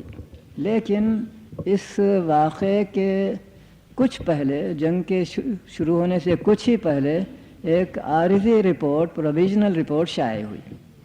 اس رپورٹ کے الفاظ یہ ہیں کہ قرآن مجید کے نسخوں میں مقابلہ کرنے کا جو کام ہم نے شروع کیا ہے وہ ابھی مکمل تو نہیں ہوا، لیکن اب تک جو نتیجہ نکلا ہے وہ یہ ہے کہ ان نسخوں میں کبھی کہیں کاتب کی غلطیاں تو ملتی ہیں لیکن اختلاف روایات ایک بھی نہیں ملتا۔ ان دونوں میں فرق یہ ہے، کاتب کی غلطی ایک نسخوں میں ہوگی، وہ کئی نسخوں میں نہیں ہوگی۔ مثلا فرض کیجئے بسم اللہ الرحیم، اللہ کا لفظ وہاں نہیں ہے، بسم اللہ الرحمن الرحیم کی جگہ بسم الرحمن الرحیم مثلا ہے، صرف ایک نسخے میں، باقی کسی نسخے میں ایسا نہیں ہے، سب میں بسم اللہ الرحمن الرحیم ہے، تو اس کو ہم کاتب کی غلطی قرار دیں گے۔ یا کہیں کوئی لفظ بڑھ گیا ہے، بسم اللہ الرحمن الرحیم آیا ہے ایک نسخے میں، باقی نسخوں میں نہیں ہے، تو اسے کاتب کی غلطی قرار دیں گے، اور وہ کہتا ہے کہ ایسی چیزیں ہم کو ملتی ہیں سہو قلم سے، کاتب کی غلطی سے کہیں کچھ چیزیں اس طرح کی ملتی ہیں، لیکن اختلاف روایت یعنی ایک ہی فرق کئی نسخوں میں ملتا ہو ایسا کہیں نہیں ملتا۔ یہ ہے قرآن مجید کی تاریخ کا خلاصہ، جس سے ہمیں نظر آئے گا کہ خدا کا جو فرمان ہے انا نحن نزلنا الذکر و انا لہ لحافظون، ہم ہی اسے نازل کرتے ہیں اور ہم ہی اس کی حفاظت کریں گے، وہ واقعتاً ایک صحیح چیز نظر آتا ہے ان واقعات کی روشنی میں جو میں نے آپ کے سامنے بیان کی۔ السلام علیکم ورحمۃ اللہ وبرکاتہ۔ کہ میری حقیر تقریر کو توجہ کے ساتھ سنا گیا اور اس کی وجہ سے کچھ سوالات ذہنوں میں پیدا ہوئے اور ان کو پیش کیا گیا ہے۔ میں کوشش کروں گا کہ اپنی ناچیز قابلیت کے مطابق ذہن کے میں جو جواب آئے گا وہ آپ سے عرض کروں۔ یہ ظاہر ہے کہ ایک مختصر تقریر میں جو 1 گھنٹے پر مشتمل رہی، ساری چیزوں کا بیان کرنا ممکن نہیں، اور جیسا کہ آپ نے دیکھا تھا کہ کسی تحریری چیز کو میں نے پڑھا نہیں بلکہ برجستہ آپ سے کچھ خیالات بیان کرتا چلا گیا۔ چنانچہ ایک ایسی ہی چیز حضرت عثمان کے زمانے کی تدوین کے متعلق ہے۔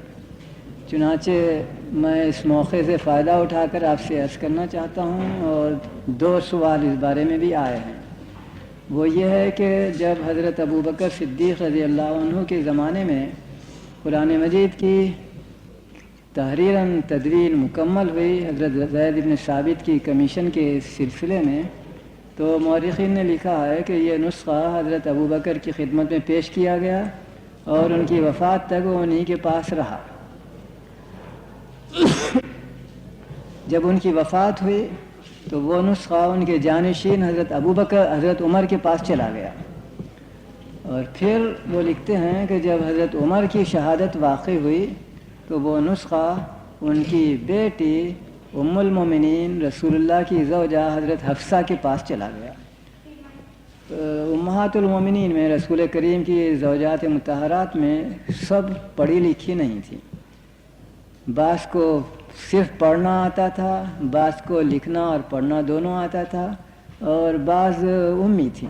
اس میں کوئی اعتراض کا مقصد نہیں ہے، صرف میں یہ کہنا یہ چاہتا تھا کہ حضرت حفصہ حضرت عمر کی بیٹی ان محدود عورتوں میں سے تھیں جن کو لکھنا اور پڑھنا دونوں آتا تھا۔ حضرت عائشہ رضی اللہ عنہ کے متعلق لکھا ہے کہ انہیں پڑھنا آتا تھا، لکھنا نہیں آتا تھا۔ جو بھی ہو، بہرحال جب حضرت عمر کی وفات کے بعد حضرت ابوبکر کے لیے تیار شدہ نسخہ حضرت حفصہ کے قبضے میں چلا گیا، غالباً ان کی ذاتی شخصیت اور وجاہت کی بنا پر حضرت عمر کے جانشین حضرت عثمان نے مناسب نہیں سمجھا کہ وہ نسخہ ان سے لے لیں۔ رسول اللہ کی بیوی کے پاس ہے، انہی کے پاس رہنے دیا، خاص کر اس لیے کہ حضرت عثمان خود حافظ قرآن تھے، ان کے پاس ان کا اپنا نسخہ تھا، انہیں ضرورت بھی محسوس نہیں ہوئی کہ اس نسخے کو حاصل کریں۔ لیکن ایک واقعہ پیش آیا جس کی بنا پر ضرورت پیش آئی کہ وہ نسخہ دوبارہ خلیفے کے پاس لایا جائے اور اس سے استفادہ کیا جائے۔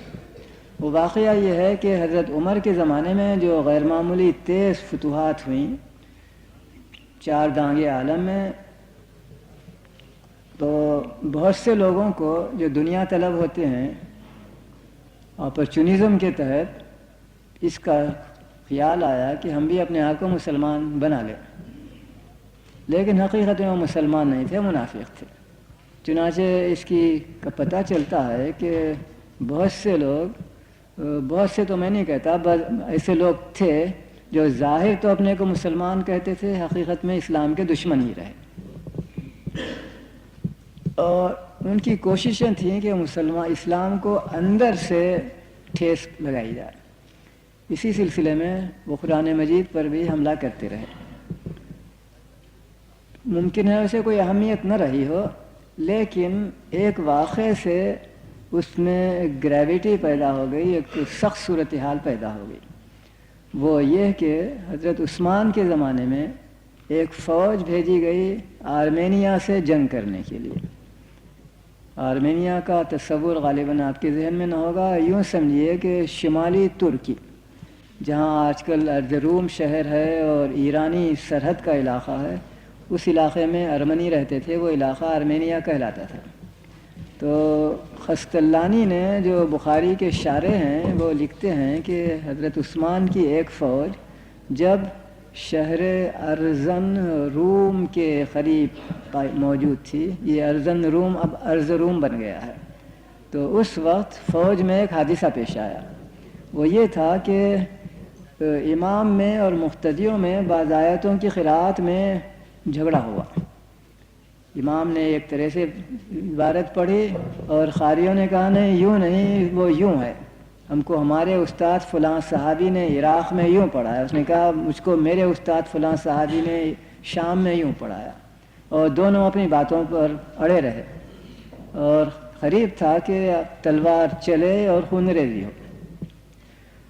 فوج کے کمانڈر ان چیف نے بہت ہی تدبر کے ساتھ اس کو ٹھنڈا کیا۔ جب وہ فوج مدینہ واپس آئی تو کمانڈر ان چیف نے حضرت حذیفہ ابن الیمان رضی اللہ عنہ نے گھر جا کر بیوی بچوں کو دیکھنے، ان کی خیریت پوچھنے سے بھی پہلے سیدھا خلیفے کے پاس پہنچتے ہیں اور کہتے ہیں یا امیر المومنین، امت محمد کی خبر لیجیے۔ تو ڈرامیٹک انداز میں انہوں نے پیش کیا، رسول اللہ کی امت کی خبر لیجیے۔ ان کا کیا واقعہ پیش آیا تو انہوں نے قصہ سنایا۔ اس پر حضرت عثمان میں ممکن ہے اور چیزیں نہ ہوں، لیکن ایک چیز تھی، وہ یہ ہے کہ کوئی کام ان کے ذہن میں آتا، فیصلہ کرتے تو فوراً اس کی تعمیل کرتے۔ جیسے ہی ان کے سامنے یہ صورتحال لائی گئی تو انہوں نے کہا کہ اس کی اصلاح ہونی چاہیے، اور فوراً حضرت حفصہ رضی اللہ عنہ کے پاس ایک آدمی کو بھیجا کہ تمہارے پاس جو نسخہ ہے حضرت ابوبکر کے لیے تیار شدہ، وہ مجھے مستعار دو، استفادہ کرنے کے بعد میں تمہیں واپس کر دوں گا۔ وہ نسخہ ان کے پاس آیا تو اب انہوں نے پرانے کاتب وحی حضرت زید بن ثابت ہی کے سپرد دوبارہ کیا حضرت عثمان کے لیے تیار شدہ نسخہ، یہ کہہ کر کہ اس کی نقلیں تیار کرو، اور ان نقلوں کا مقابلہ کر کے، نظر ثانی کر کے، کولیٹ کر کے، اس میں اگر کوئی غلطیاں کتابت کی رہ گئی ہوں تو ان کی اصلاح کرو، اور اس کی سخت ضرورت فلاں وجہ سے پیش آئی ہے۔ اور انہیں ایک دوسری ہدایت دی، وہ ہدایت یہ تھی کہ قرآن مجید چونکہ عربی زبان کی پہلی کتاب ہے، اس لیے ابتدائی زمانے میں عربی خط میں کچھ خامیاں ہو سکتی ہیں، پائنیئر ورک تھا، اس لیے حضرت عثمان نے ہدایت دی کہ اگر املا میں تلفظ کی ضرورتوں کے لحاظ سے کچھ ترمیم کی ضرورت محسوس ہو تو ضرور کرو۔ اور یہ کہا کہ عربی زبان مختلف علاقوں میں کچھ فرق بھی رکھتی ہے، قبیلہ نشت کے لوگ الگ طور سے کوئی لفظ ادا کرتے ہیں، مدینے کے لوگ اور فلاں کے لوگ اور، اس لیے اگر کسی لفظ میں اختلاف پایا جاتا ہے تلفظ کے سلسلے میں تو مکہ معظمہ کی ڈیالیکٹ کے مطابق، مکہ معظمہ کے تلفظ کے مطابق قرآن مجید کو لکھو۔ چنانچہ حضرت زید بن ثابت دوبارہ اس پرانے نسخے کو سامنے رکھ کر نقل کرنا شروع کرتے ہیں اپنے چند مددگاروں کی مدد سے۔ اور حضرت عثمان نے یہ بھی ہدایت دی تھی کہ اگر اس تمہارے جو کمیشن ہے اس میں آپس میں اختلاف نہ ہو تو مسئلہ میرے پاس بھیجو، میں خود اس کا فیصلہ کروں گا۔ بدقسمتی سے وہ واقعہ جو عرض روم میں پیش آیا تھا کہ فلاں آیت کے متعلق یا فلاں لفظ کے متعلق فوج میں جھگڑا ہوا، جھڑپ ہوئی، کوئی تفصیلیں نہیں ملتی کہ کیا لفظ تھا، مجبوری ہے، اسے ہم حل نہیں کر سکتے۔ البتہ یہ دوسری چیز کہ تلفظ کے متعلق قبائلی ڈیالیکٹس میں اختلاف ہو، ایسی ایک مثال جہاں تک مجھے حفظ میں ہے پیش آئی۔ قرآن مجید میں تابوت کا ایک لفظ آیا ہے جس کے معنی صندوق کے ہوتے ہیں۔ حضرت موسیٰ کی چیزیں بعد کے زمانے میں ایک نبی کے ہاں تھی، ایک تابوت میں رکھی ہوئی، تو اس کا تلفظ مدینہ منورہ کے ڈیالیکٹ میں تابوہ ہوتا تھا، آخر میں ہے کے ساتھ، اور مکہ معظمہ کے لوگ اسے تابوت تے کے ساتھ پڑھتے تھے۔ اس پر کمیشن کے ارکان متفق نہیں ہو سکے، یہ چیز حضرت عثمان کے پاس پہنچائی گئی۔ حضرت عثمان نے کہا تابوت بڑی تے کے ساتھ لکھو، کوئی بڑی اہمیت کی چیز نہیں، لیکن میں تفصیلیں اس لیے دے رہا ہوں یہ معلوم ہو جائے کہ حضرت عثمان کے زمانے میں قرآن مجید کی جو کہتے ہیں تدوین ہوئی، اس کی حقیقت کیا ہے۔ حقیقت صرف اس قدر ہے کہ حضرت ابوبکر کے زمانے کے قرآن کی نقلیں کی گئیں اور املا میں ریٹچز کر کے کہیں کہیں کچھ ترمیم کی گئی، لفظ کی آواز کو نہیں بدلا گیا، لیکن اس آواز کو کس طرح لکھیں املا میں کچھ فرق کیا گیا۔ اس کے بعد اس کے ایک روایت میں 4 نسخے اور ایک روایت میں 7 نسخے تیار کیے گئے، اور حضرت عثمان کے زمانے میں جو معیار تھا علمی دیانتداری کا، اس کے تحت انہوں نے حکم دیا کہ ان 7 نسخوں کو ایک کے بعد ایک پبلک طور پر مسجد نبوی میں ایک شخص بآواز بلند شروع سے لے کر آخر تک الحمدللہ رب العالمین سے لے کر والناس تک پڑھیں، تاکہ کسی شخص کو بھی یہ شبہ نہ رہے کہ حضرت عثمان نے قرآن میں کہیں تبدیلی کی ہے، کہیں اپنے مفاخر کا اضافہ کر دیا، کہیں دوسرے کی کر دی. ایسی نہیں ہے، نہ کوئی اضافہ کیا گیا ہے، نہ کوئی اس میں کمی کی گئی ہے، من و ان اس کو نقل کیا گیا ہے.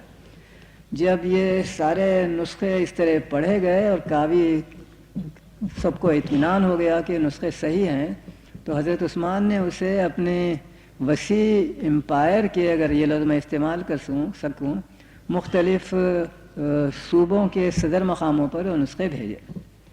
حضرت عثمان کے زمانے کی اسلامی سلطنت کی وسعت کا اندازہ اس سے لگائیے.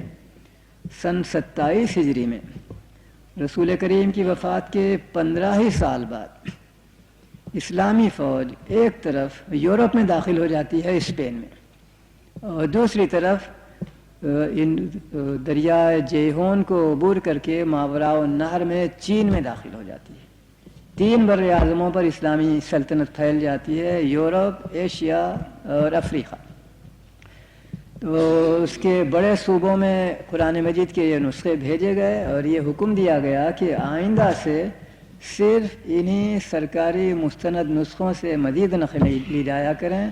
اور یہ الفاظ بھی تھے، اگر کسی کے پاس کوئی نسخہ اس کے خلاف پایا جاتا ہے تو اسے پھاڑ دیا جائے.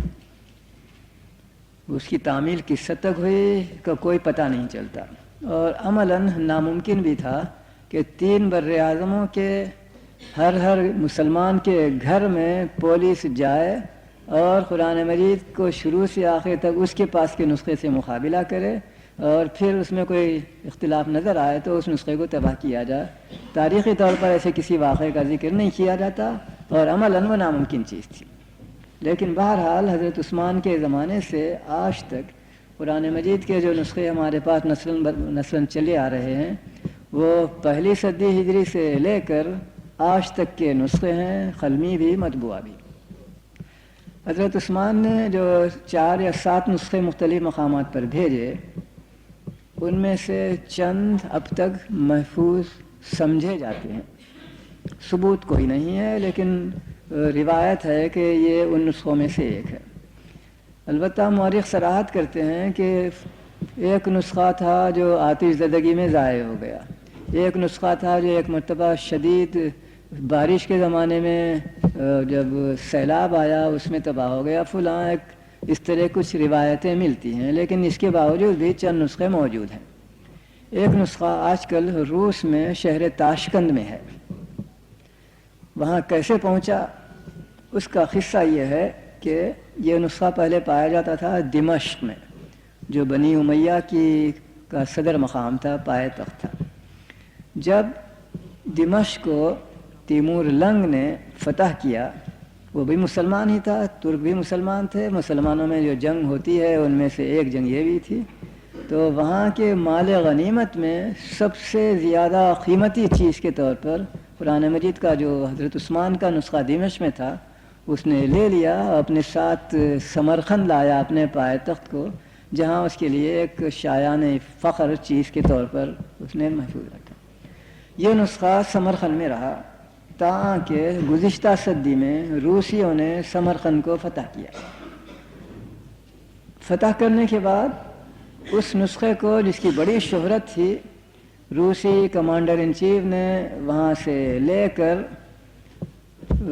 سینٹ پیٹرز برگ کو منتقل کر دیا، جو آج کل لینن گراڈ کہلاتا ہے، جو پہلے زار روس کا. بہرحال وہ نسخہ رہا لینن گراڈ میں، سینٹ پیٹرز برگ میں، پہلی جنگ عظیم کے اختتام تک. اس کے بعد جیسا کہ آپ کو معلوم ہے کہ زار کی حکومت ختم ہو گئی اور کمیونسٹوں نے حکومت پر قبضہ کر لیا. اس وقت روس سے بہت سے روسی باشندے جو کمیونسٹ حکومت کے تحت رہنا نہیں چاہتے تھے، ملک چھوڑ کر دنیا میں تتر بتر ہو گئے. اور ان میں سے ایک شخص پیرس بھی آئے جو جنرل علی اکبر توپچی باشی کے نام سے میں خود ان سے مل چکا ہوں۔ انہوں نے اس کا قصہ مجھے سنایا، کہنے لگے کہ جب زار کو قتل کیا گیا اور میں فوج میں ایک بڑے افسر کی حیثیت سے موجود تھا لینن گراڈ میں، سینٹ پیٹرزبرگ ہی میں، تو فوراً میرے ذہن میں ایک چیز آئی۔ میں نے ایک کمانڈو بھیجا، شاہی محل پر جا کر قبضہ کرو، تلاش کرو، شاہی کتب خانے کے اندر قرآن مجید کا جو حضرت عثمان کا نسخہ ہے وہ لے آ۔ کمانڈو گیا، لے آیا۔ انہوں نے ایک فوجی بڑے افسر کی حیثیت سے، جنرل کی حیثیت سے ریلوے اسٹیشن پر جا کر وہاں کے اسٹیشن ماسٹر سے کہا مجھے ایک انجن درکار ہے۔ اس انجن میں اس قرآن کو رکھا اور اپنے آدمیوں کی نگرانی میں انجن ڈرائیور کو حکم دیا کہ جس قدر تیزی سے جا سکتے ہو اس انجن کو لے جاؤ ترکستان۔ چنانچہ قرآن مجید کا یہ نسخہ اس طرح ترکستان پہنچ گیا اور اس کی اطلاع کمیونسٹ فوجی کمانڈروں کو چند گھنٹوں بعد ملی۔ چنانچہ اس کے تعاقب میں انہوں نے دوسرے انجن اور افسر روانہ کیے، لیکن ان کے ہاتھ سے باہر نکل گیا اور یہ پہنچ گیا تاشکند۔ چنانچہ آج تک وہ وہیں محفوظ ہے، اور روسی حکومت اب یہ سوچتی ہے کہ اگر ہم اسے دوبارہ لیں تو مسلمان رعایا کو خامخواہ چھیڑنا ہے، میرے اس جیب میں رقم ہے یا اس جیب میں ہے تو کوئی فرق نہیں، تاشکند بھی میرا ملک ہے، لینن گراڈ بھی میرا ملک ہے، تو جہاں ہے رہنے دو۔ تو اب تک وہاں محفوظ ہے۔ زار کے زمانے میں اس قرآن مجید کا فوٹو لے کر ایک نسخہ چھاپا گیا، کل 50 نسخے، اور ان میں سے چند نسخے میرے علم میں ہیں اور محفوظ ہیں دنیا میں۔ ایک آدھ امریکہ میں ہے، ایک آدھ انگلستان میں ہے، ایک میں نے کابل میں دیکھا تھا، ایک مصر کے کتب خانے میں پایا جاتا ہے۔ بہرحال بڑی تختی کا تقریباً 1 گز لمبا قرآن مجید کا نسخہ ہے جس میں نقطے وغیرہ اعراب کہیں نہیں ہیں، اس کا فوٹو شائع کیا گیا تھا، وہ اب تک محفوظ ہے، میرے پاس اس کا مائکرو فلم بھی ہے۔ یہ ایک نسخہ ہے۔ دوسرا نسخہ استنبول میں پایا جاتا ہے۔ اس کا قصہ یہ ہے، میں وقت بہت لے رہا ہوں، میں نہیں سمجھتا باقی سوالوں تک موقع جواب کا آئے گا یا نہیں آئے گا، لیکن قرآن مجید کا چونکہ میں ذکر کر رہا ہوں اس کی تاریخ مکمل کرنا چاہتا ہوں۔ دوسرا نسخہ استنبول میں ہے۔ اس کا قصہ یہ ہے، پہلی جنگ عظیم کے اختتام پر جب ترکوں کو حجاز سے نکالا ملا، شریف حسین وہاں قدم رنجہ فرما کر تشریف لائے، تو ان کی خواہش پر صلح نامہ سیبر میں جو متحدین یعنی الائز اور ترکوں کے درمیان ہوا تھا، علاوہ اور چیزوں کی ایک دفعہ یہ ہے، ترکی حکومت وعدہ کرتی ہے کہ قرآن مجید کا جو قدیم ترین نسخہ وہ مدینے سے اپنے ساتھ چرا کر لے آئے ہیں وہ واپس کریں گے شریف حسین کو۔ صلح نامہ سیبر میں یہ دفعہ موجود ہے۔ بعد میں ترکوں سے مطالبہ کیا فاتحین نے، انگریزوں وغیرہ نے، تو ترکوں نے جواب دیا ہم وہ نسخہ ضرور لائے تھے، لیکن حفاظت کی خاطر اس کو استنبول میں رکھنے کی جگہ ہم نے فلاں گاؤں میں رکھا تھا۔ شدید بارش کے زمانے میں ایک دن وہاں سیلاب آیا اور نسخہ ضائع ہو گیا۔ یہ صحیح ہے یا ڈپلومیٹک جواب ہے خدا بہتر جانتا ہے۔ ان کا بیان ہے کہ ہم اس دفعہ کی تعمیل نہیں کر سکتے کیونکہ وہ نسخہ ضائع ہو چکا ہے۔ متحدین نے بھی کوئی اصرار نہیں کیا، وہ قصہ ختم ہو گیا۔ اب استنبول میں توپ کاپی سرائے نامی جو میوزیم ہے وہاں ایک نسخہ موجود ہے جس کو حضرت عثمان کی طرف منسوب کیا جاتا ہے، اور سورہ بقرہ کی آیت فَسَيَكْفِيكَهُمُ اللَّهُ پر خود میں نے دیکھا ہے کچھ سرخ دھبے پائے جاتے ہیں اور کہتے ہیں کہ حضرت عثمان کا خون ہے، کیونکہ وہ جس وقت تلاوت کر رہے تھے اس وقت انہیں شہید کیا گیا تھا، اور تاریخوں میں ذکر آتا ہے کہ ان کا خون اس آیت فَسَيَكْفِيكَهُمُ اللَّهُ پر پڑا تھا۔ وہ نسخہ موجود ہے۔ کس طرح وہ نسخہ وہاں آیا ہے، یا یہ مدینہ منورہ کا وہی نسخہ ہے جس کے سیلاب میں ضائع ہو جانے کا بہانہ کیا گیا تھا، یا کوئی دوسرا نسخہ ہے، اس کا متعلق میرے پاس کوئی علم نہیں ہے، لیکن میں یہ کہہ سکتا ہوں کہ حضرت عثمان کی طرف جو منسوب نسخے ہیں ان میں سے ایک نسخہ تاشکند میں ہے اور دوسرا نسخہ وہ ہے جو اب ترکی میں استنبول میں توپ کاپی سرائے میوزیم نامی مقام پر محفوظ ہے، اور وہ پبلک ہے، ہر شخص جو استنبول جائے اسے دیکھ بھی سکتا ہے۔ تیسرا نسخہ ایک اور ہے، اور وہ انڈیا آفس لائبریری لندن میں ہے۔ اس کا فوٹو میرے پاس ہے، اسے میں نے دیکھا، اس پر ہمارے مغل بادشاہوں کی مہریں ہیں. مجھے یاد نہیں جہانگیر کا یا کس بادشاہ کی مہریں ہیں جس نے لکھا ہے کہ یہ حضرت عثمان کا نسخہ قرآن ہے جو میرے پاس آیا ہے، میرے لیے بڑے تبرک کا باعث ہے فلاں. ان نسخوں کے خط میں، ان نسخوں کی تختی میں کوئی فرق نہیں ہے. ایسا معلوم ہوتا ہے کہ وہ ہم اثر تھے اور جھلی پر ہیں، کاغذ بھی نہیں ہے. ممکن ہے حضرت عثمانی کے نسخے ہوں، ممکن ہے اس زمانے میں یا اس کے کچھ ہی بعد لکھے ہوئے نسخے ہوں. بہرحال یہ چیز ہمارے لیے قابل مسرت، قابل فخر، قابل اطمینان ہے کہ ان نسخوں میں اور موجودہ مستعملہ نسخوں میں باہم کہیں بھی کوئی فرق نہیں پایا جاتا. یہ حضرت عثمان کے قرآن کے متعلق دریافت کا جواب ہے کہ حضرت عثمان کو جامع القرآن جو کہا جاتا ہے، اس کے معنی یہ نہیں ہے کہ انہوں نے قرآن کو جمع کیا ہو. اس کی تعویل ہمارے مورخوں نے یہ کی ہے کہ انہوں نے مسلمانوں کو ایک ہی قرآن پر جمع کیا. جو اختلاف لوگوں میں پایا جاتا تھا اس سے ان کو بچانے کے لیے مکہ معظمہ کی ڈیالیکٹ والے قرآن کو انہوں نے نافذ کیا اور یہ کہا کہ رسول اللہ نے اگر اجازت دی تھی کہ مختلف قبائل کے لوگ مختلف انداز میں مختلف الفاظ کو پڑھیں تو اب اس کی ضرورت باقی نہیں رہی، کیونکہ مکہ معظمہ کی عربی اب ساری دنیا اسلام میں نافذ ہو چکی ہے، رائج ہو چکی ہے، مستعمل ہے، لہذا اب ان اختلافات کی ضرورت نہیں. اس طرح حضرت عثمان نے مسلمانوں کو ایک قرآن پر جمع کر دیا. خدا ان کی روح پر اپنے برکات نازل فرمائے. معلوم ایسا ہوتا ہے کہ رسول کریم صلی اللہ علیہ وسلم نے خود ان الفاظ کی کبھی تشریح نہیں فرمائی. میں پھر دہراتا ہوں، معلوم ہوتا ہے کہ رسول اللہ نے تشریح نہ فرمائی. اس بنا پر میں یہ رائے رکھتا ہوں کہ اگر رسول اللہ نے خود اس کی تشریح فرما دی ہوتی تو بعد میں کسی کو جرأت نہیں ہوتی کہ اس کے خلاف کوئی رائے دے. اب صورتحال یہ ہے کہ کم سے کم 60-70 آراء پائی جاتی ہیں. الف صاحب یہ بیان کرتے ہیں، بے صاحب یہ بیان کرتے ہیں، جیم صاحب فلاں بیان کرتے ہیں، اور یہ 1400 سال سے چلا آ رہا ہے. اس کا قصہ بھی ختم نہیں ہوا، آج بھی لوگ نئی نئی رائیں دے رہے ہیں.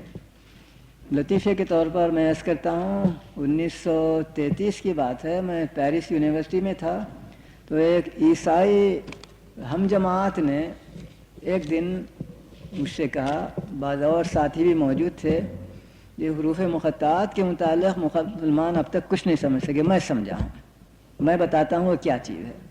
وہ تھا موسیقی کا ماہر. تو کہتا ہے یہ گانے کے جو لے و فلاں ہوتی ہیں ان کی طرف اشارے ہیں. تو کہنے کا منشا یہ ہے کہ یہ چیزیں ختم نہیں ہوئی ہیں، حروف مقطعات کے مفہوم کو جاننے کی لوگ کوشش کر رہے ہیں، کوشش کرتے ہی رہیں گے. اپنی حد تک میں کہہ سکتا ہوں کہ مجھے اس کے متعلق کوئی علم نہیں ہے سوائے ایک چیز کے، اور وہ یہ ہے کہ ایک حدیث میں کچھ اشارہ ملتا ہے کہ ایک دن کچھ یہودی رسول اللہ کے پاس حاضر ہوئے اور پوچھا کہ تمہارا دین کب تک رہے گا. جب کم و بیش اس مفہوم کے الفاظ انہوں نے ادا کیے تو رسول اللہ نے فرمایا الف لام میم. تو انہوں نے کہا کہ اچھا تمہاری مدت الف 1 لام 20 اور میم 30 51 سال رہیں گی. الحمدللہ 51 سال بعد تمہارا دین ختم ہو جائے گا. تو رسول اللہ نے کہا مجھ پر الف لام را بھی نازل ہوا ہے. تو انہوں نے کہا 221 سال یا 31 سال. پھر آپ نے کہا مجھ پر فلاں بھی یہ لفظ نازل ہوا ہے، حام میم عین سین خاء وغیرہ وغیرہ پڑھے، اس طرح کی اشارہ کیا ہے. تو انہوں نے کہا ہمیں تو کچھ سمجھ میں نہیں آتا ہے، چلے گئے. تو ان کو کنفرم کرنے کے لیے شاید رسول اللہ نے اس طرح کا جواب دیا تھا، لیکن اس میں اس کی طرف اشارہ ملتا ہے کہ حروف کی عددی قیمت، جس طرح آپ لوگ واقف ہیں، الف کے معنی 1 کے، بے کے معنی 2 کے، جیم کے معنی 3، دال کے معنی 4. اس طرح قرآن میں عربی زبان میں جو 28 لفظ ہیں ان سے بہت ہی ایڈمیریبل طریقے سے 1000 تک کو ہم لکھ سکتے ہیں. پہلے 1 سے 9 تک، پھر 10 20 30 90 تک، پھر اس کے بعد 100 200 900 تک، اور پھر آخری لفظ جو غین ہے اس سے 1000 اس طرح 1 سے 1000 تک لکھنے کی صورت پیدا ہو گئی ہے، تاکہ لکھنے میں ہنسا لکھنے میں اگر کوئی غلط فہمی ہو سکتی ہو تو حرف کے ذریعے سے اس میں زیادہ یقین پیدا کیا جائے۔ اور یہ چیز دنیا کی اور زبانوں میں بھی ملتی ہے، یونانی زبان میں بھی یہ چیز پائی جاتی ہے، حروف کی قیمت معین ہے۔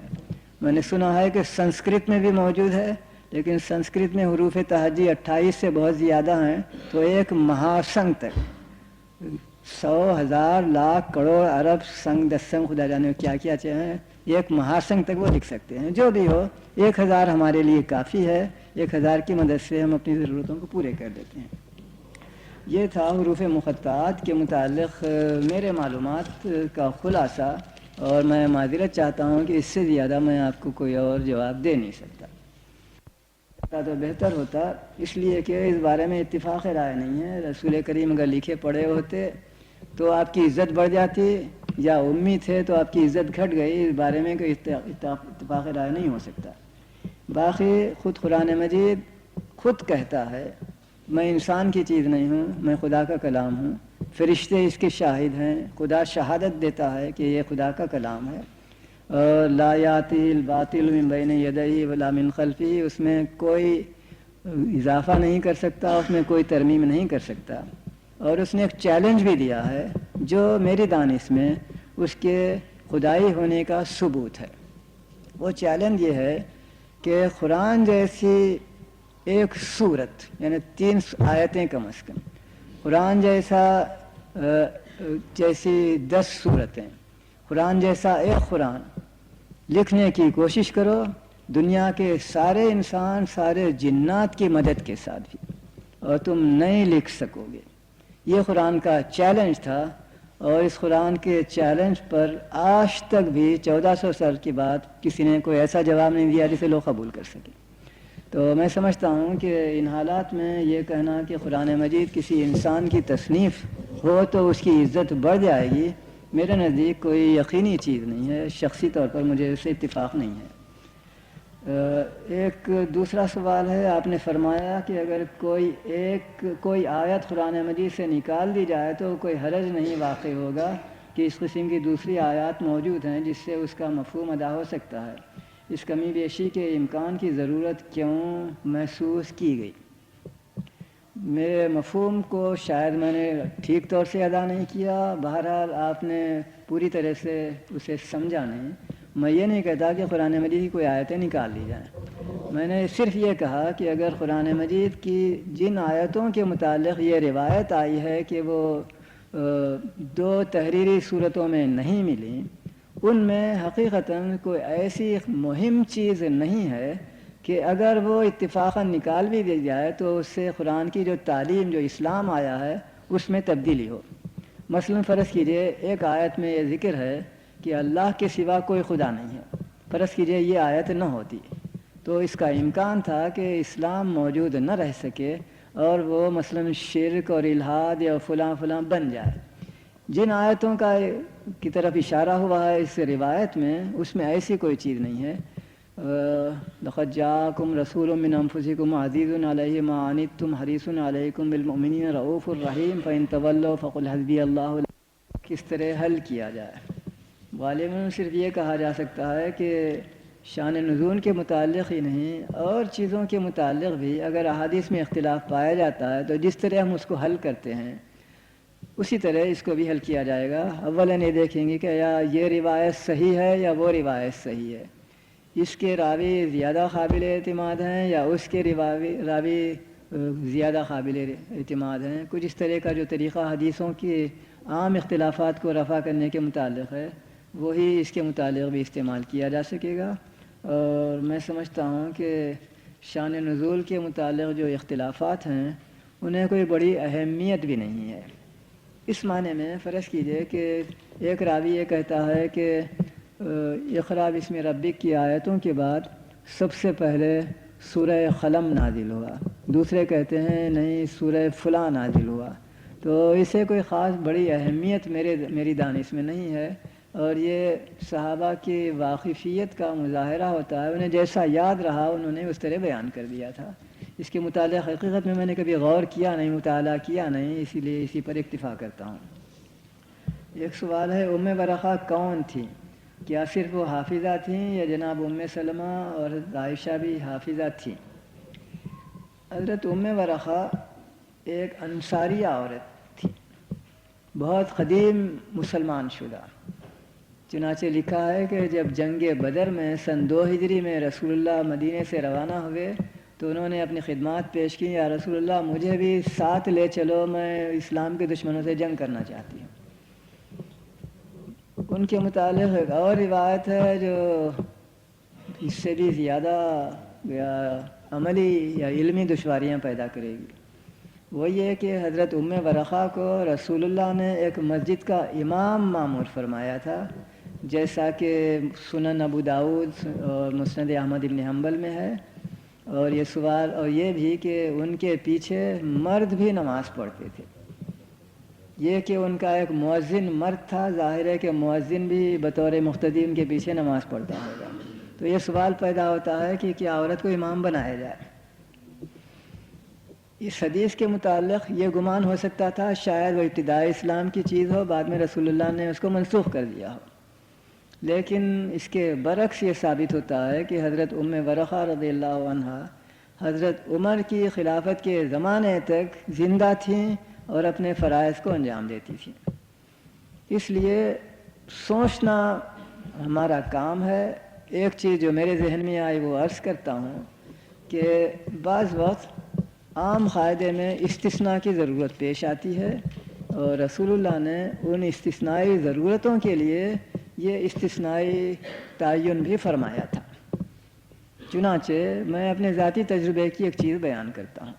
پیرس میں چند سال پہلے کا واقعہ ہے، ایک افغان لڑکی طالب علم کے طور پر آئی تھی، اور اس پر ایک ہالینڈ والا جو ہم جماعت تھا عاشق ہو گیا۔ عشق اتنا شدید تھا کہ اس نے اپنا دین بدل کر اسلام قبول کر لیا، اور پھر ان دونوں کا نکاح بھی ہو گیا۔ نکاح کے فوراً ہی بعد ایک دن وہ میرے پاس آئی اور کہنے لگی کہ بھائی صاحب میرا شوہر مسلمان ہو گیا ہے اور وہ اسلام پر عمل بھی کرنا چاہتا ہے، نماز مثلا، لیکن اسے نماز نہیں آتی، اور اصرار کرتا ہے کہ میں امام بن کے نماز پڑھوں، وہ میرے پیچھے اقتدا کرے، کیا کروں؟ میں نے اسے جواب دیا کہ آپ کسی عام مولوی صاحب سے پوچھیں تو وہ کہے گا کہ جائز نہیں، لیکن میرے ذہن میں رسول اللہ کے طرز عمل کا ایک واقعہ حضرت ام ورقہ کا، اس لیے استثنائی طور پر تم امام بن کے نماز پڑھو، تمہارا شوہر مقتدی بن کر تمہارے پیچھے نماز پڑھے، اور اپنے شوہر سے اصرار کرو کہ وہ جلد سے جلد جو قرآن نماز کی ضرورتیں ہیں، یعنی کم سے کم 3 سوروں کو زبانی یاد کرنا اور تشہد وغیرہ اسے یاد کر لے، پھر اس کے بعد وہ تمہارا امام رہے گا اور تم اس کے پیچھے نماز پڑھا کرو۔ تو دوسرے الفاظ میں استثنائی ضرورتیں جو امت کو کبھی پیش آ سکتی تھیں، ان کی پیش بندی میں رسول اللہ نے یہ انتخاب فرمایا تھا، شاید یہ وجہ ہو اس واقعے کی۔